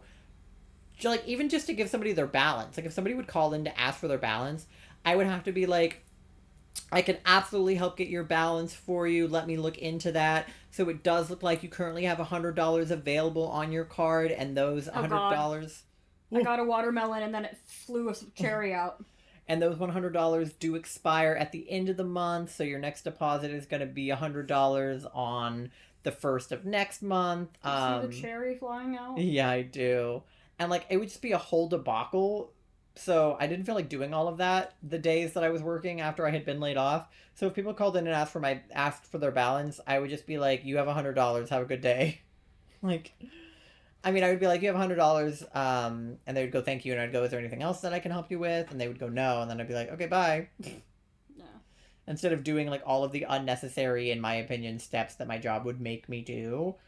Because I feel like good customer service is helping someone as quickly as you can while still being polite, rather than like, people would hang up on me on like a daily basis because it would take me too long to like give them all the information that they wanted. Like, so I would give them their balance and then they would be like, okay, thanks, and then they would hang up instead of listening to my spiel that I have to do at the end of the call, where I'm like, and please take a survey. It's a 1-question survey, like on a scale from 1 to 5. Like, I have to tell them all this fucking information at the end of the call that nobody wants to hear, and nobody wants to take the survey also.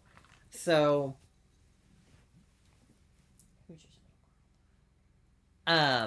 so I just didn't do that stuff on the last day of my job. I just kind of like gave up entirely. But I was still polite unless they were an asshole. Sometimes people would call in and they would like one lady called in to complain, and it was actually so funny because it was one of my last calls of that night, and I had been waiting all day for somebody to call in and like scream at me just so I could scream at them back, because I knew that nobody was listening to my calls. And luckily nobody screamed at me.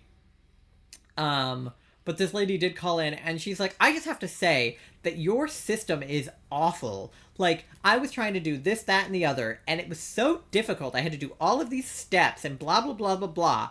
And she was just, like, complaining and complaining and complaining, but not asking for any assistance. Like, she wasn't saying, like, I had so much trouble doing this. Can you, like, help me with it? Can you tell me what I was doing wrong? She was just complaining. And so normally when somebody complains, I have to go, oh my gosh, I'm so sorry. Like, is there anything I can do to help you with this? Like, blah, blah, blah, blah, blah. And instead of doing that, she was complaining, and I would just go, okay. And then she's like, yeah, and I really think that you guys should do this, that, and the other. And I was like, okay. And then she was like, I'm sorry. I know that you have no control over this, and I shouldn't be taking out my anger on you. And I was like, yeah. You shouldn't. Instead of being like, no, it's fine. I was just like, yeah, like, I really have no control over how our app works. Like, I'm sorry that you had trouble using it, but, like, there's really nothing I can do about the way the app is. Like, that's a whole different team, right? Is the people that develop the app. Like, I'm not in IT. I'm not an app developer. I have no idea. I have no access to any of that. I can tell you how to use the app, and that's about it. So normally when you, like, profusely apologize to the people that are complaining like that, they, like, consider themselves to be in the right, and then they don't apologize to you for being an asshole. But because I was giving her energy straight back to her, she, like, instead of doubling down, she was like, you know, I'm sorry, I shouldn't be yelling at you. And I'm like, yeah, you shouldn't be. I don't get paid enough for this.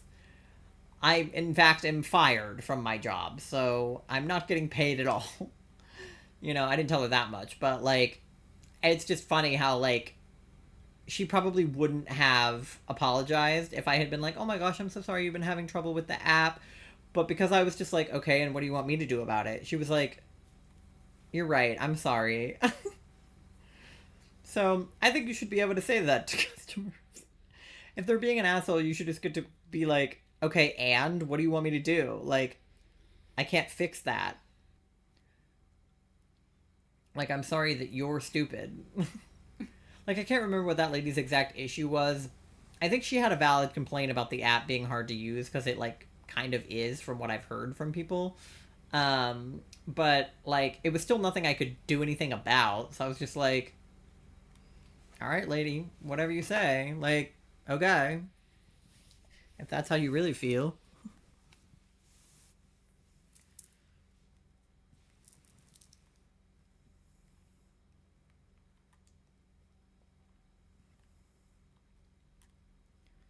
But the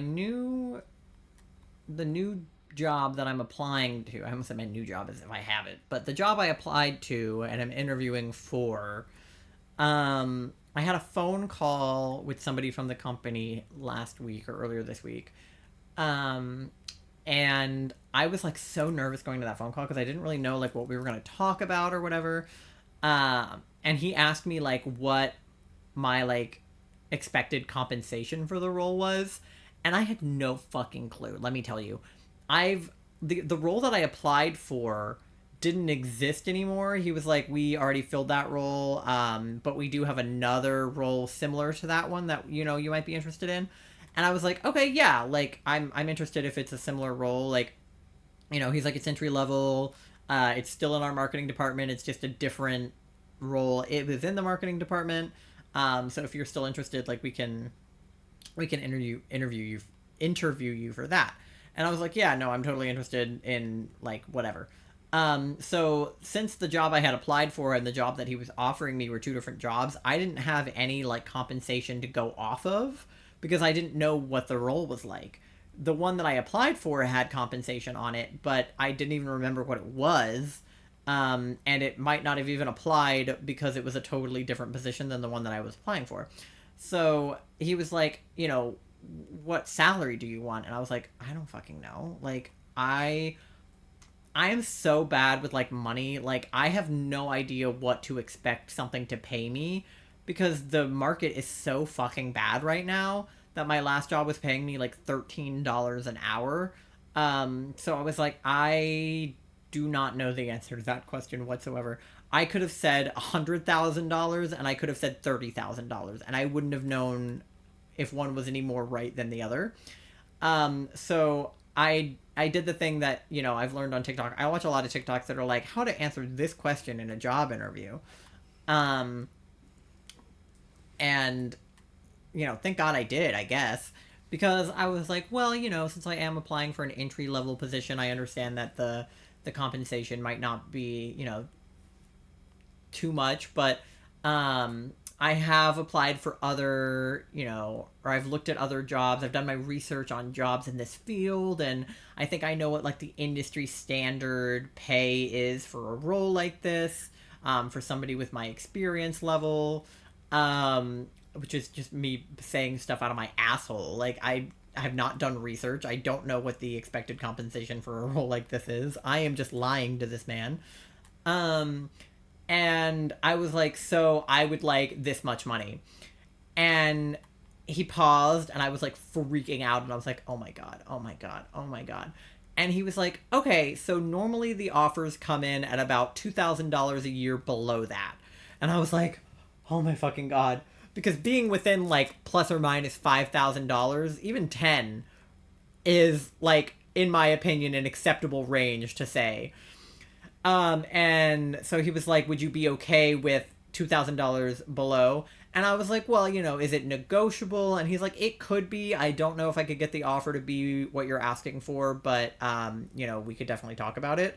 So I was like, okay, well, I mean, if it's negotiable, obviously I would like to negotiate, but if not, I think I can make that work.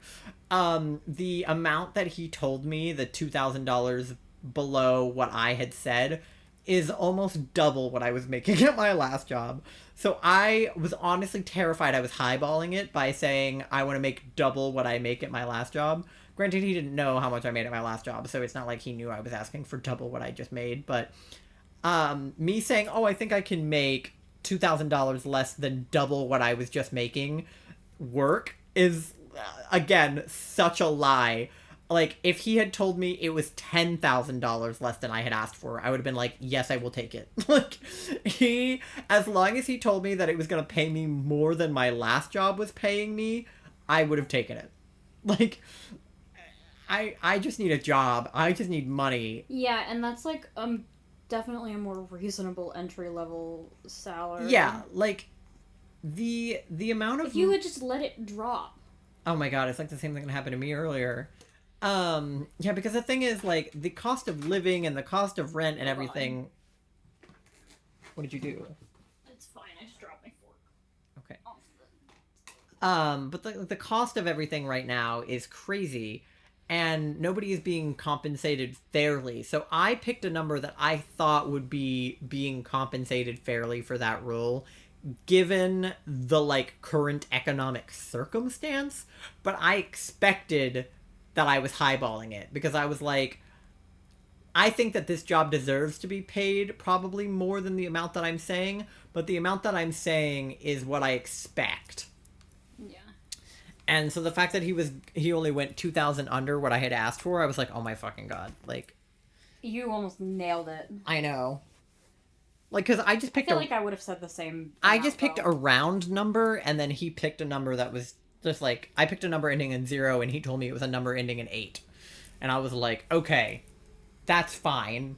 You didn't quite say this, but in your head you were like, fucking great, good enough. I was like, fan-fucking-tastic. Like, yes, I will absolutely take $2,000 under the highball number I just gave you. Like, because I've seen jobs say that they would pay anywhere between like 35,000 to like 65,000. I was like, I don't know what to ask for. Like, because I don't know what kind of role it is. So I said, yeah, like, I've never really had to debate a salary. I will, if anyone ever asks me what my expected compensation is, I always look at what the job is offering on the website. And if it's not offering something on the website, I change tactics. But usually I just look at the website and it says, like, oh, it's going to pay you anywhere between, like, you know, $13 an hour and $17 an hour. And then I tell them I want $16 an hour so that it, you know, is in their range but on the high end of it. Because there was no negotiation for the salary at my last job. On the website, it said $13 to $14 an hour. And I was like, can I have $14 an hour? And they said no. So they paid me $13 an hour, and then for every hour that I worked over, they would give me an extra dollar per an hour. So for some of the hours that I worked, very rarely, because I basically never worked overtime, I was occasionally making $14 an hour. And then didn't they stop doing that? They did. They said that they did, and then I was still getting the bonus paychecks. So Weird. I might have misinterpreted what they said. I was kind of confused in that team meeting. We had a team meeting where somebody was like, hey, I didn't get my bonus check this week for working the overtime. Is there a reason that I didn't get that check? And they were like, oh yeah, we're just like not sending those checks out anymore. And everybody was like, what do you mean? You can't just cut our pay and not tell us. So I think maybe they just, I don't know. I think that one had just come in late or something, and then they fumbled telling us that. But regardless, I was always getting a paycheck every other week for, like, you know, $800 or however much I was making for $13 an hour. And then I would also get a check every other week from that was like an extra $30 or $70, depending on how many hours of overtime I worked, which was usually never. But every once in a while, it was. I worked on Easter, even though they told us that we were going to have Easter off, and then we didn't get Easter off, which I think is insane, by the way. But then they told us that we would get holiday overtime pay for Easter, and then we didn't get holiday pay for Easter. And I was like, you can't just not give off at least for blatantly religious lie people. to you all the time. Yeah.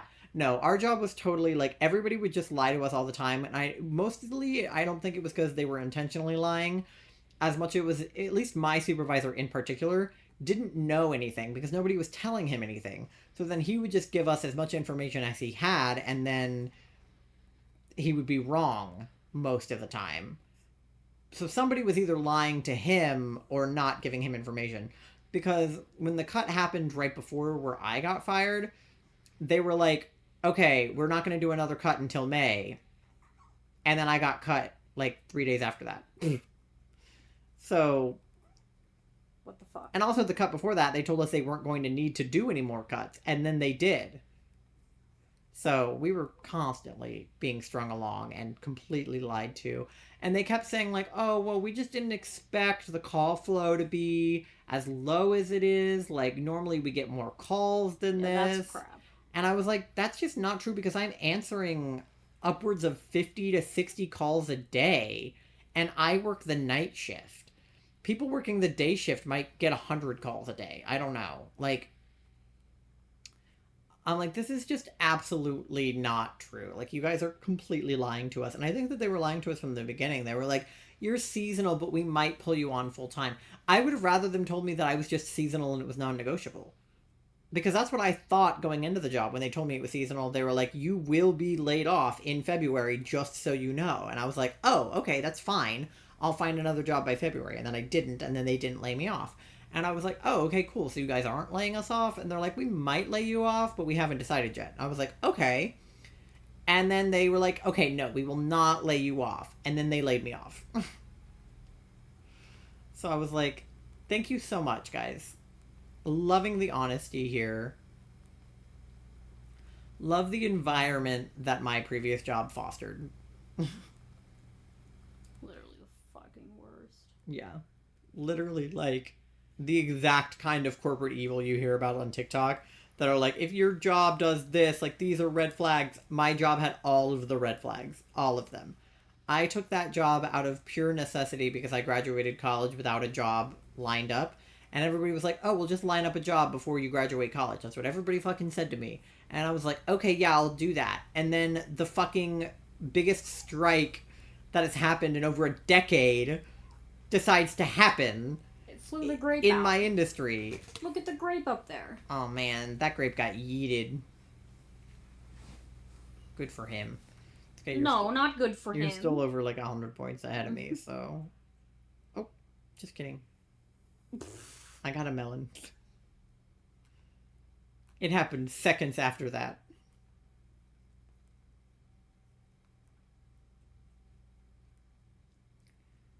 But, yeah. I was also applying for jobs that were literally offering like $15 an hour. So I'll either get this job that's actually going to offer me a salary that is like double-digit thousands for a year instead of a job that's going to offer me a certain number of dollars per hour. Like, I would love to not be hourly. Hourly sucks because you only get paid for when you work. Salary is cool because if I call out sick, I can just still be paid. Given PTO. Yeah. Like, I really liked working at HRC because it was a stipend, so it didn't matter how many hours I worked as long as I got my work done. So it was an 8-hour workday, but I would finish my job for the day in like 4 hours, and then I would just have the rest of the day to like fuck around and do the Wordle or something. Like, there's no reason that work days need to be 8 hours long if I can finish all of my work in 4 hours. Like, if I can do it in half the time, and of course it's because I have ADHD and, you know, whatever, but... I think that sound is just really quiet, but I don't think we heard it. Hang on. Oh, the ooh-woo? Yeah, the ooh-woo is really quiet. I can't do it again right now. Yeah. I just wasn't listening for it.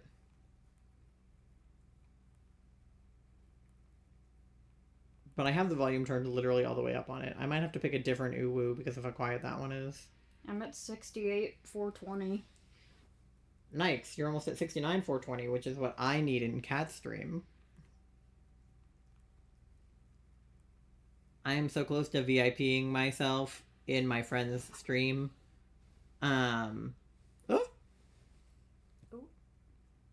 But it costs 69,420 channel points to do it. And I'm at like 64,000 or something. So I'm so close. Because she only has like 9 slots left, I think, for VIPs.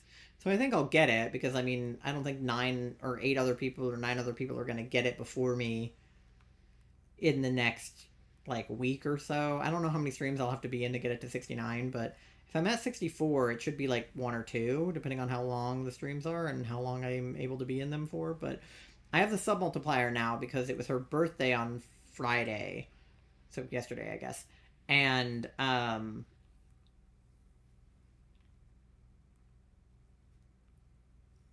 so people were gifting her a bunch of subs because it was her birthday. So I got gifted a sub, and now I'm using my sub multiplier to get more channel points.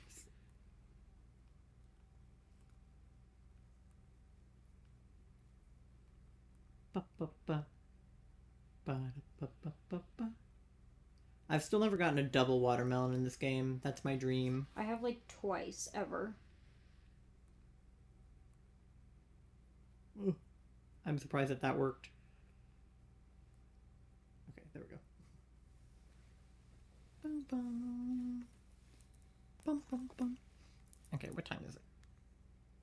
10:22. How long have we been streaming? Almost 3 hours. Almost 3 hours. 2 hours, 2:41. like 40 minutes. Okay. You want to react to 21 Pilots' new video? Sure. Okay. My butt's falling off the couch. We'll put it back on. This bitch. Okay. Let me close that. I can split up on YouTube on here, I guess. But I'm going to have to change us to be big and then the thing to be small, or else YouTube will get mad at me. So let me do... Put us on just chatting. Oh, Mandy. Who's just a baby? She's going to react with us. Are you just a sweet little You guys can get a baby? view into our...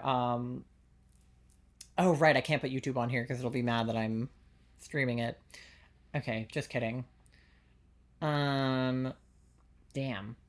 Okay, well... Well, you can watch it from up there with the camera up there, and I'll just Well, listen. no, because the camera's here. I can't move it. Oh, yeah. That's the problem. So we're just going to have to watch the video from the computer. Okay. All right. Well, Charlie, keep them entertained while I fill it up.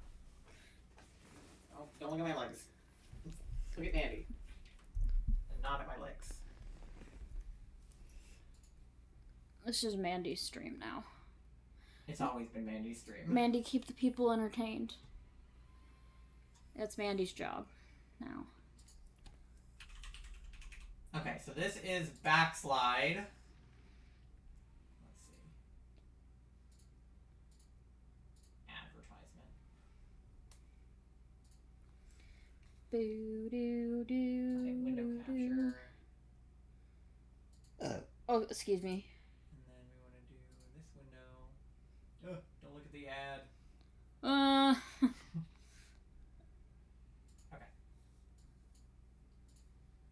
So I feel like the cropping is a little bit fucked up. Let's see. Me too.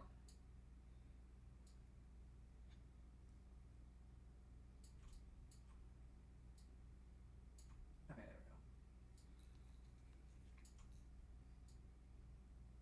we go. Your cropping is a little bit fucked up. No, I'm a little bit fucked up. I see. Like the cropping. Okay, let me see. Mandy. She's just a little girl. Sweet, sweet little girl. I don't know if you guys know this about her, but she is just a little girl. She's a baby. Yeah, look at her. Aw. Okay, I don't know where to put it because normally I would just put it over your face, so. You can still put it over my face if you want. Turn off the widgets so that. Hi. Oh, I'm getting sandpaper kisses. Thank Here, you. let me put it down here. Thank I'll you. turn off the Thank avatars for a second. Put it down in this corner. Make it a little smaller, and then it'll mostly just block your like torso. Look at her. She's just a baby. She is just a little baby. Okay, and then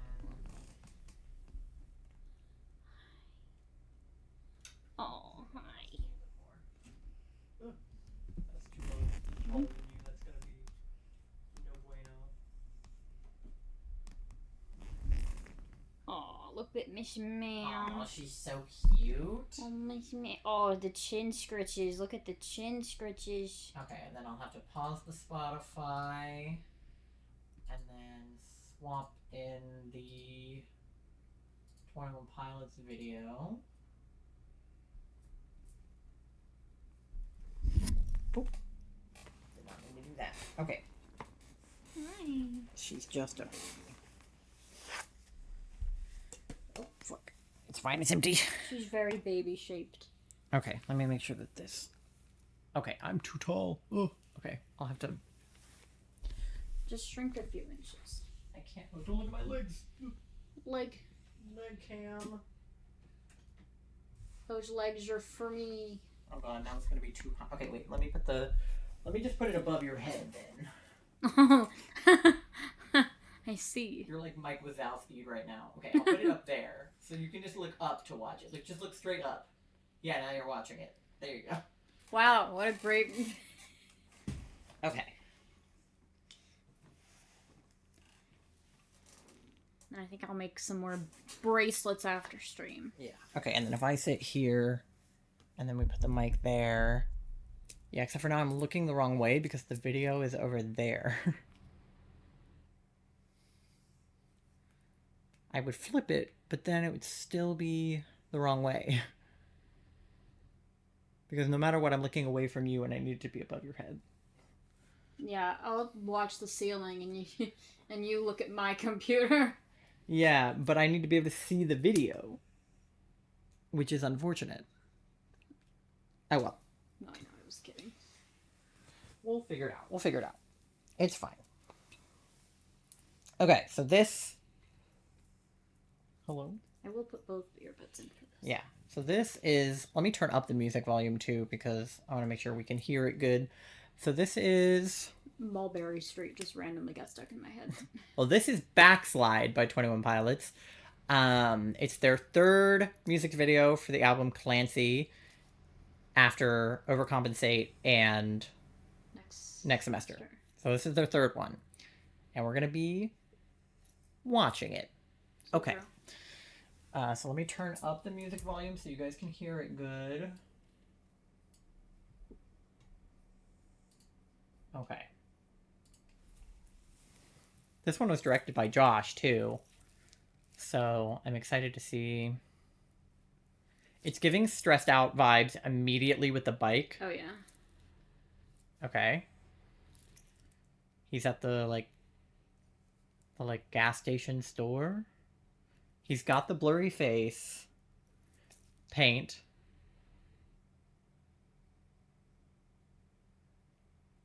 It's Ned's, the brand on the bread. Yeah.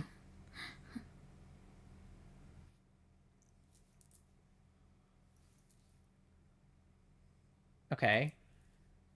So he's eating bread and riding a bike. Ned's bread.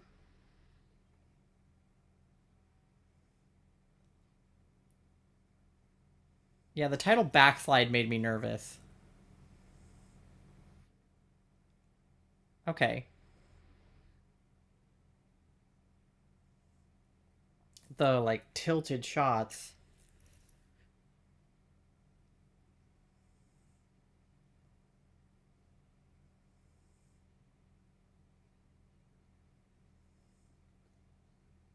I should have loved you better. Also the line, you should have thrown me a line. Oh, he's at a lemonade stand. The duck walked up to the lemonade stand. This style of rap is very interesting. It's like the bassy. Now he's got lemonade and bread.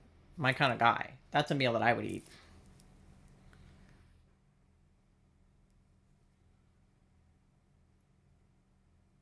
The flowers on the trees are very beautiful. They're blossoming. It's very springy. You can tell they shot it recently. The drowning metaphor is Ooh. Throw me a line.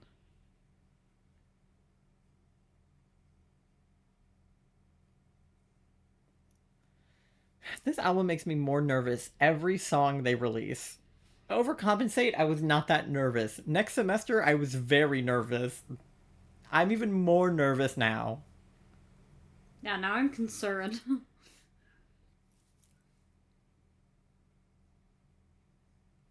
The like leaves and the rain and everything. I wonder where they are shooting this. Like, are they back in Ohio? There's Josh! He's grilling! Oh, but you ate all the buns and you got wet on the way. Oh no. You gotta go get more buns.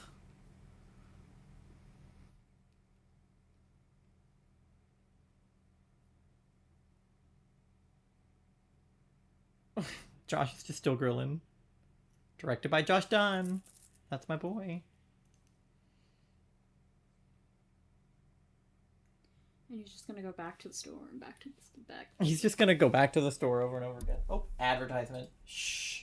I mean, I love you, but get off my screen. So that was interesting. I want to look up the lyrics because I gathered some of it, but I want to make sure that I got all of it. And the don't know if I can shake this again. Yeah, well, because backslide immediately Well, yeah. concerned me that, like, what is a backslide if not, like, sliding back into old habits, things you used to do that you maybe shouldn't anymore, sliding back into a version of yourself you don't really like. And when you're suicidal, it's like, are we sliding back into suicidal ideation? Like, what are we backsliding into? Oh, let me put my stuff back on. Yeah, I want to look at the lyrics as well. Yeah, okay, so we've got I Don't Wanna, we got Rat Race, Place to Place, Adding Weight, Tendencies on Repeat, Benefit from a Shoe with No Lace, Take the Seat with Crease in It, I Don't Mind If It's Lonely, I Don't Mind If It's Fair, I Don't Care, You Control Me, Leading Me Anywhere. So that's Blurry Face, right? You Control Me is, yeah. And Nico, yeah. Jumpsuit, Levitate, yeah. I don't want to backslide to where I've started from. There's no chance I will shake this again because I feel the pull, water's over my head. Strength enough for one more time, reach my hand above the tide. I'll take anything you have if you could throw me a line. I should have loved you better. Do you think that now's the time you should let go? It's over my head. So whoever is, like, helping him stop from drowning, essentially, he's like, you should just let go. Which is not what we want to hear. Bad Place on $100 base. Kind of wishing that I never did Saturday. I saw that lyric posted because I saw a tweet that was like, so Tyler Joseph is admitting that Saturday is a bad song. And it's like, no. He's regretting changing up his style and putting out something different because everybody hated it. Everybody told him that Saturday was bad. He would not release something that he was not proud of and that he did not like. But everybody is like, see, he thinks it's a bad song. No, you think it's a bad song. He would not write, produce, and release something that he didn't like. He did that on purpose. And he did a pop album on purpose. And people hated them for it. And that's, like, not cool. And I'm sure it didn't have a good effect on his mental health because pretty much prior to that, everything that they had put out, people were like, bangers. Like, they basically had not put out a bad song since House of Gold. Because Blurry Face and Trench, in my personal opinion, have basically no skips. Some people would say that Trench has skips. I think they're wrong. I think Trench has no skips. And Blurry Face has no skips. The only song I've ever skipped on Blurry Face is Hometown. It's because I didn't feel like listening to it at the time. And Ride, because it was overplayed on the radio for a while. But I like both of those songs, and I don't think that they're skips. I just have skipped them before. But let's see what Genius thinks about that. Saturday is a feel-good track from their previous album, Scaled and Icy, which juxtaposed their previous albums with an upbeat, happy sound that was criticized heavily by fans.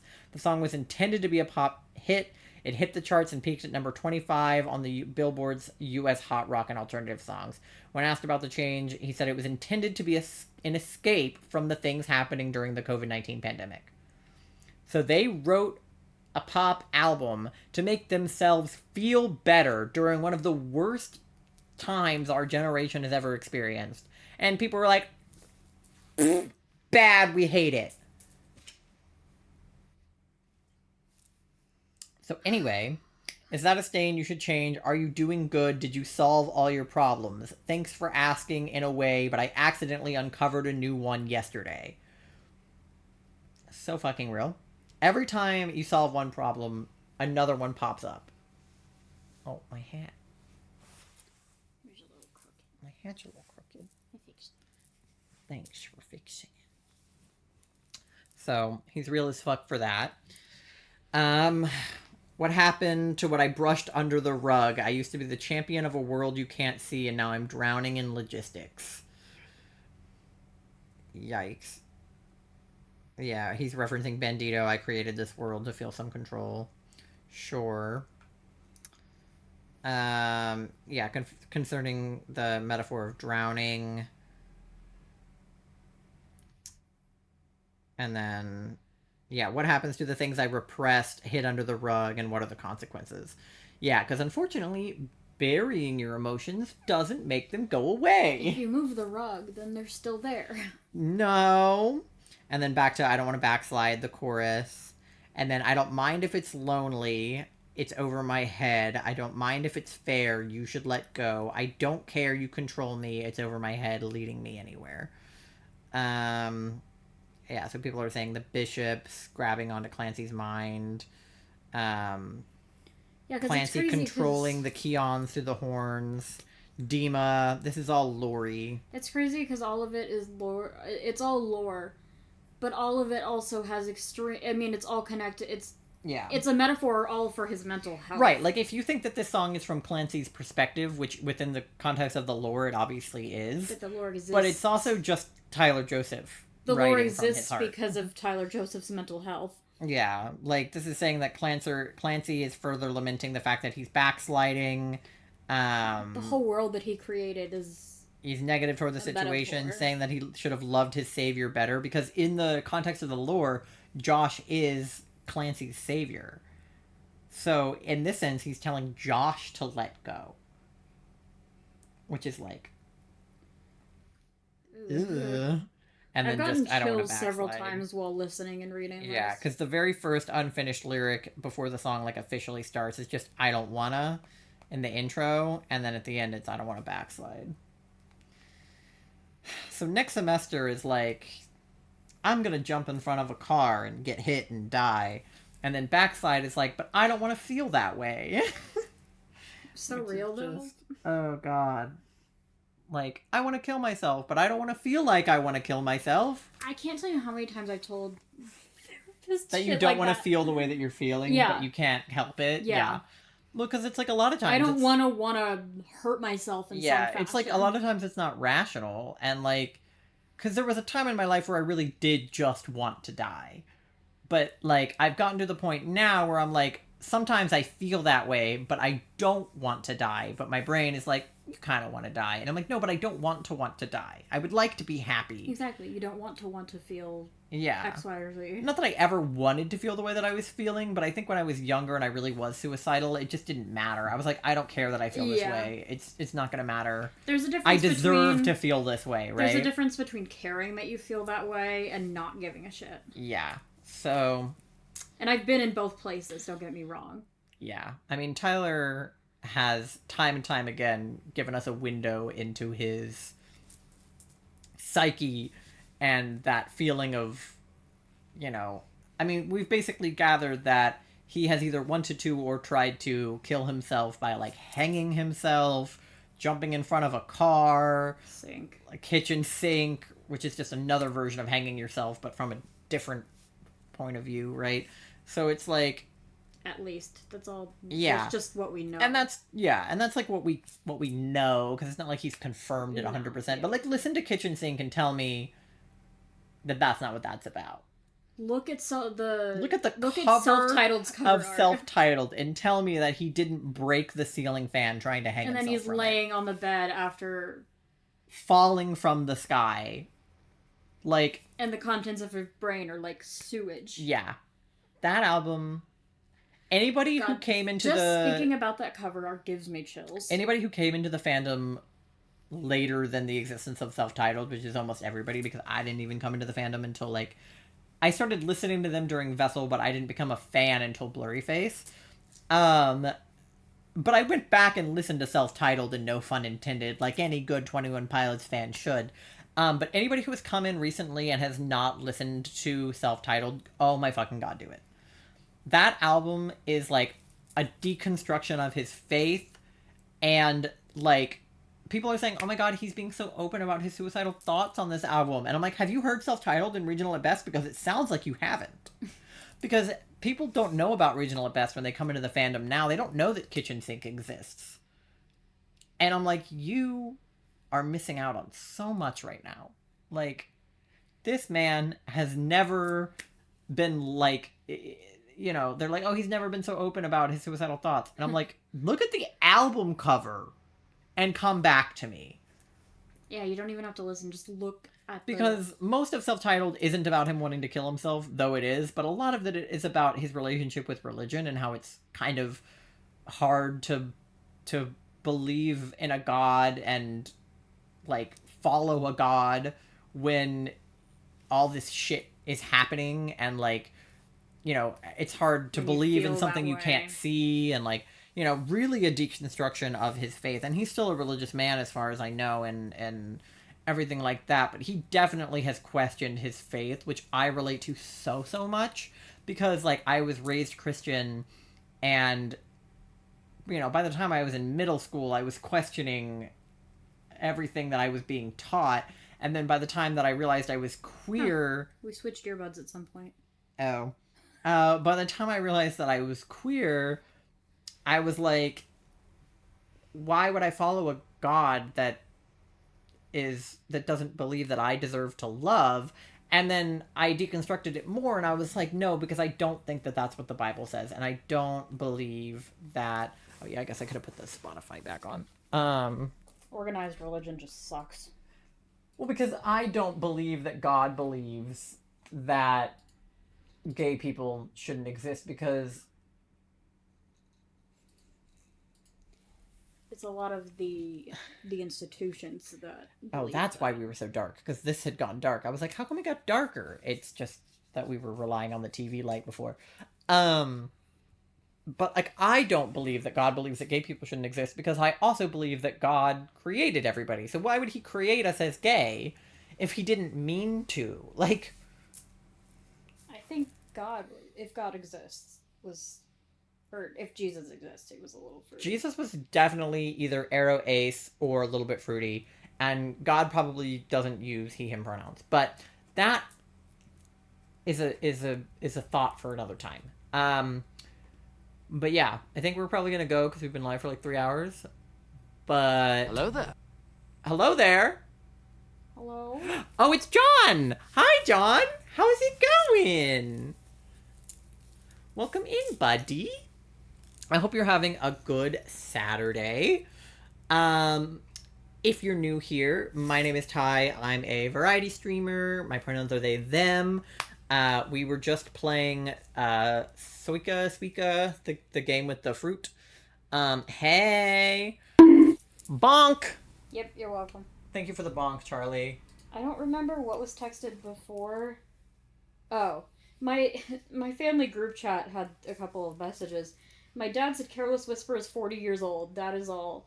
And then my mom said, I now feel called out for being old. That is pretty old. I didn't know it was that old. But yes, I use they, them pronouns. This is Charlie. We are dating. They are my partner. They also use they, them pronouns. Sometimes we kiss, but not always. We just finished watching... I said sometimes. We just finished watching 21 Pilots' new music videos. That's what we were talking about. I am a big 21 Pilots fan.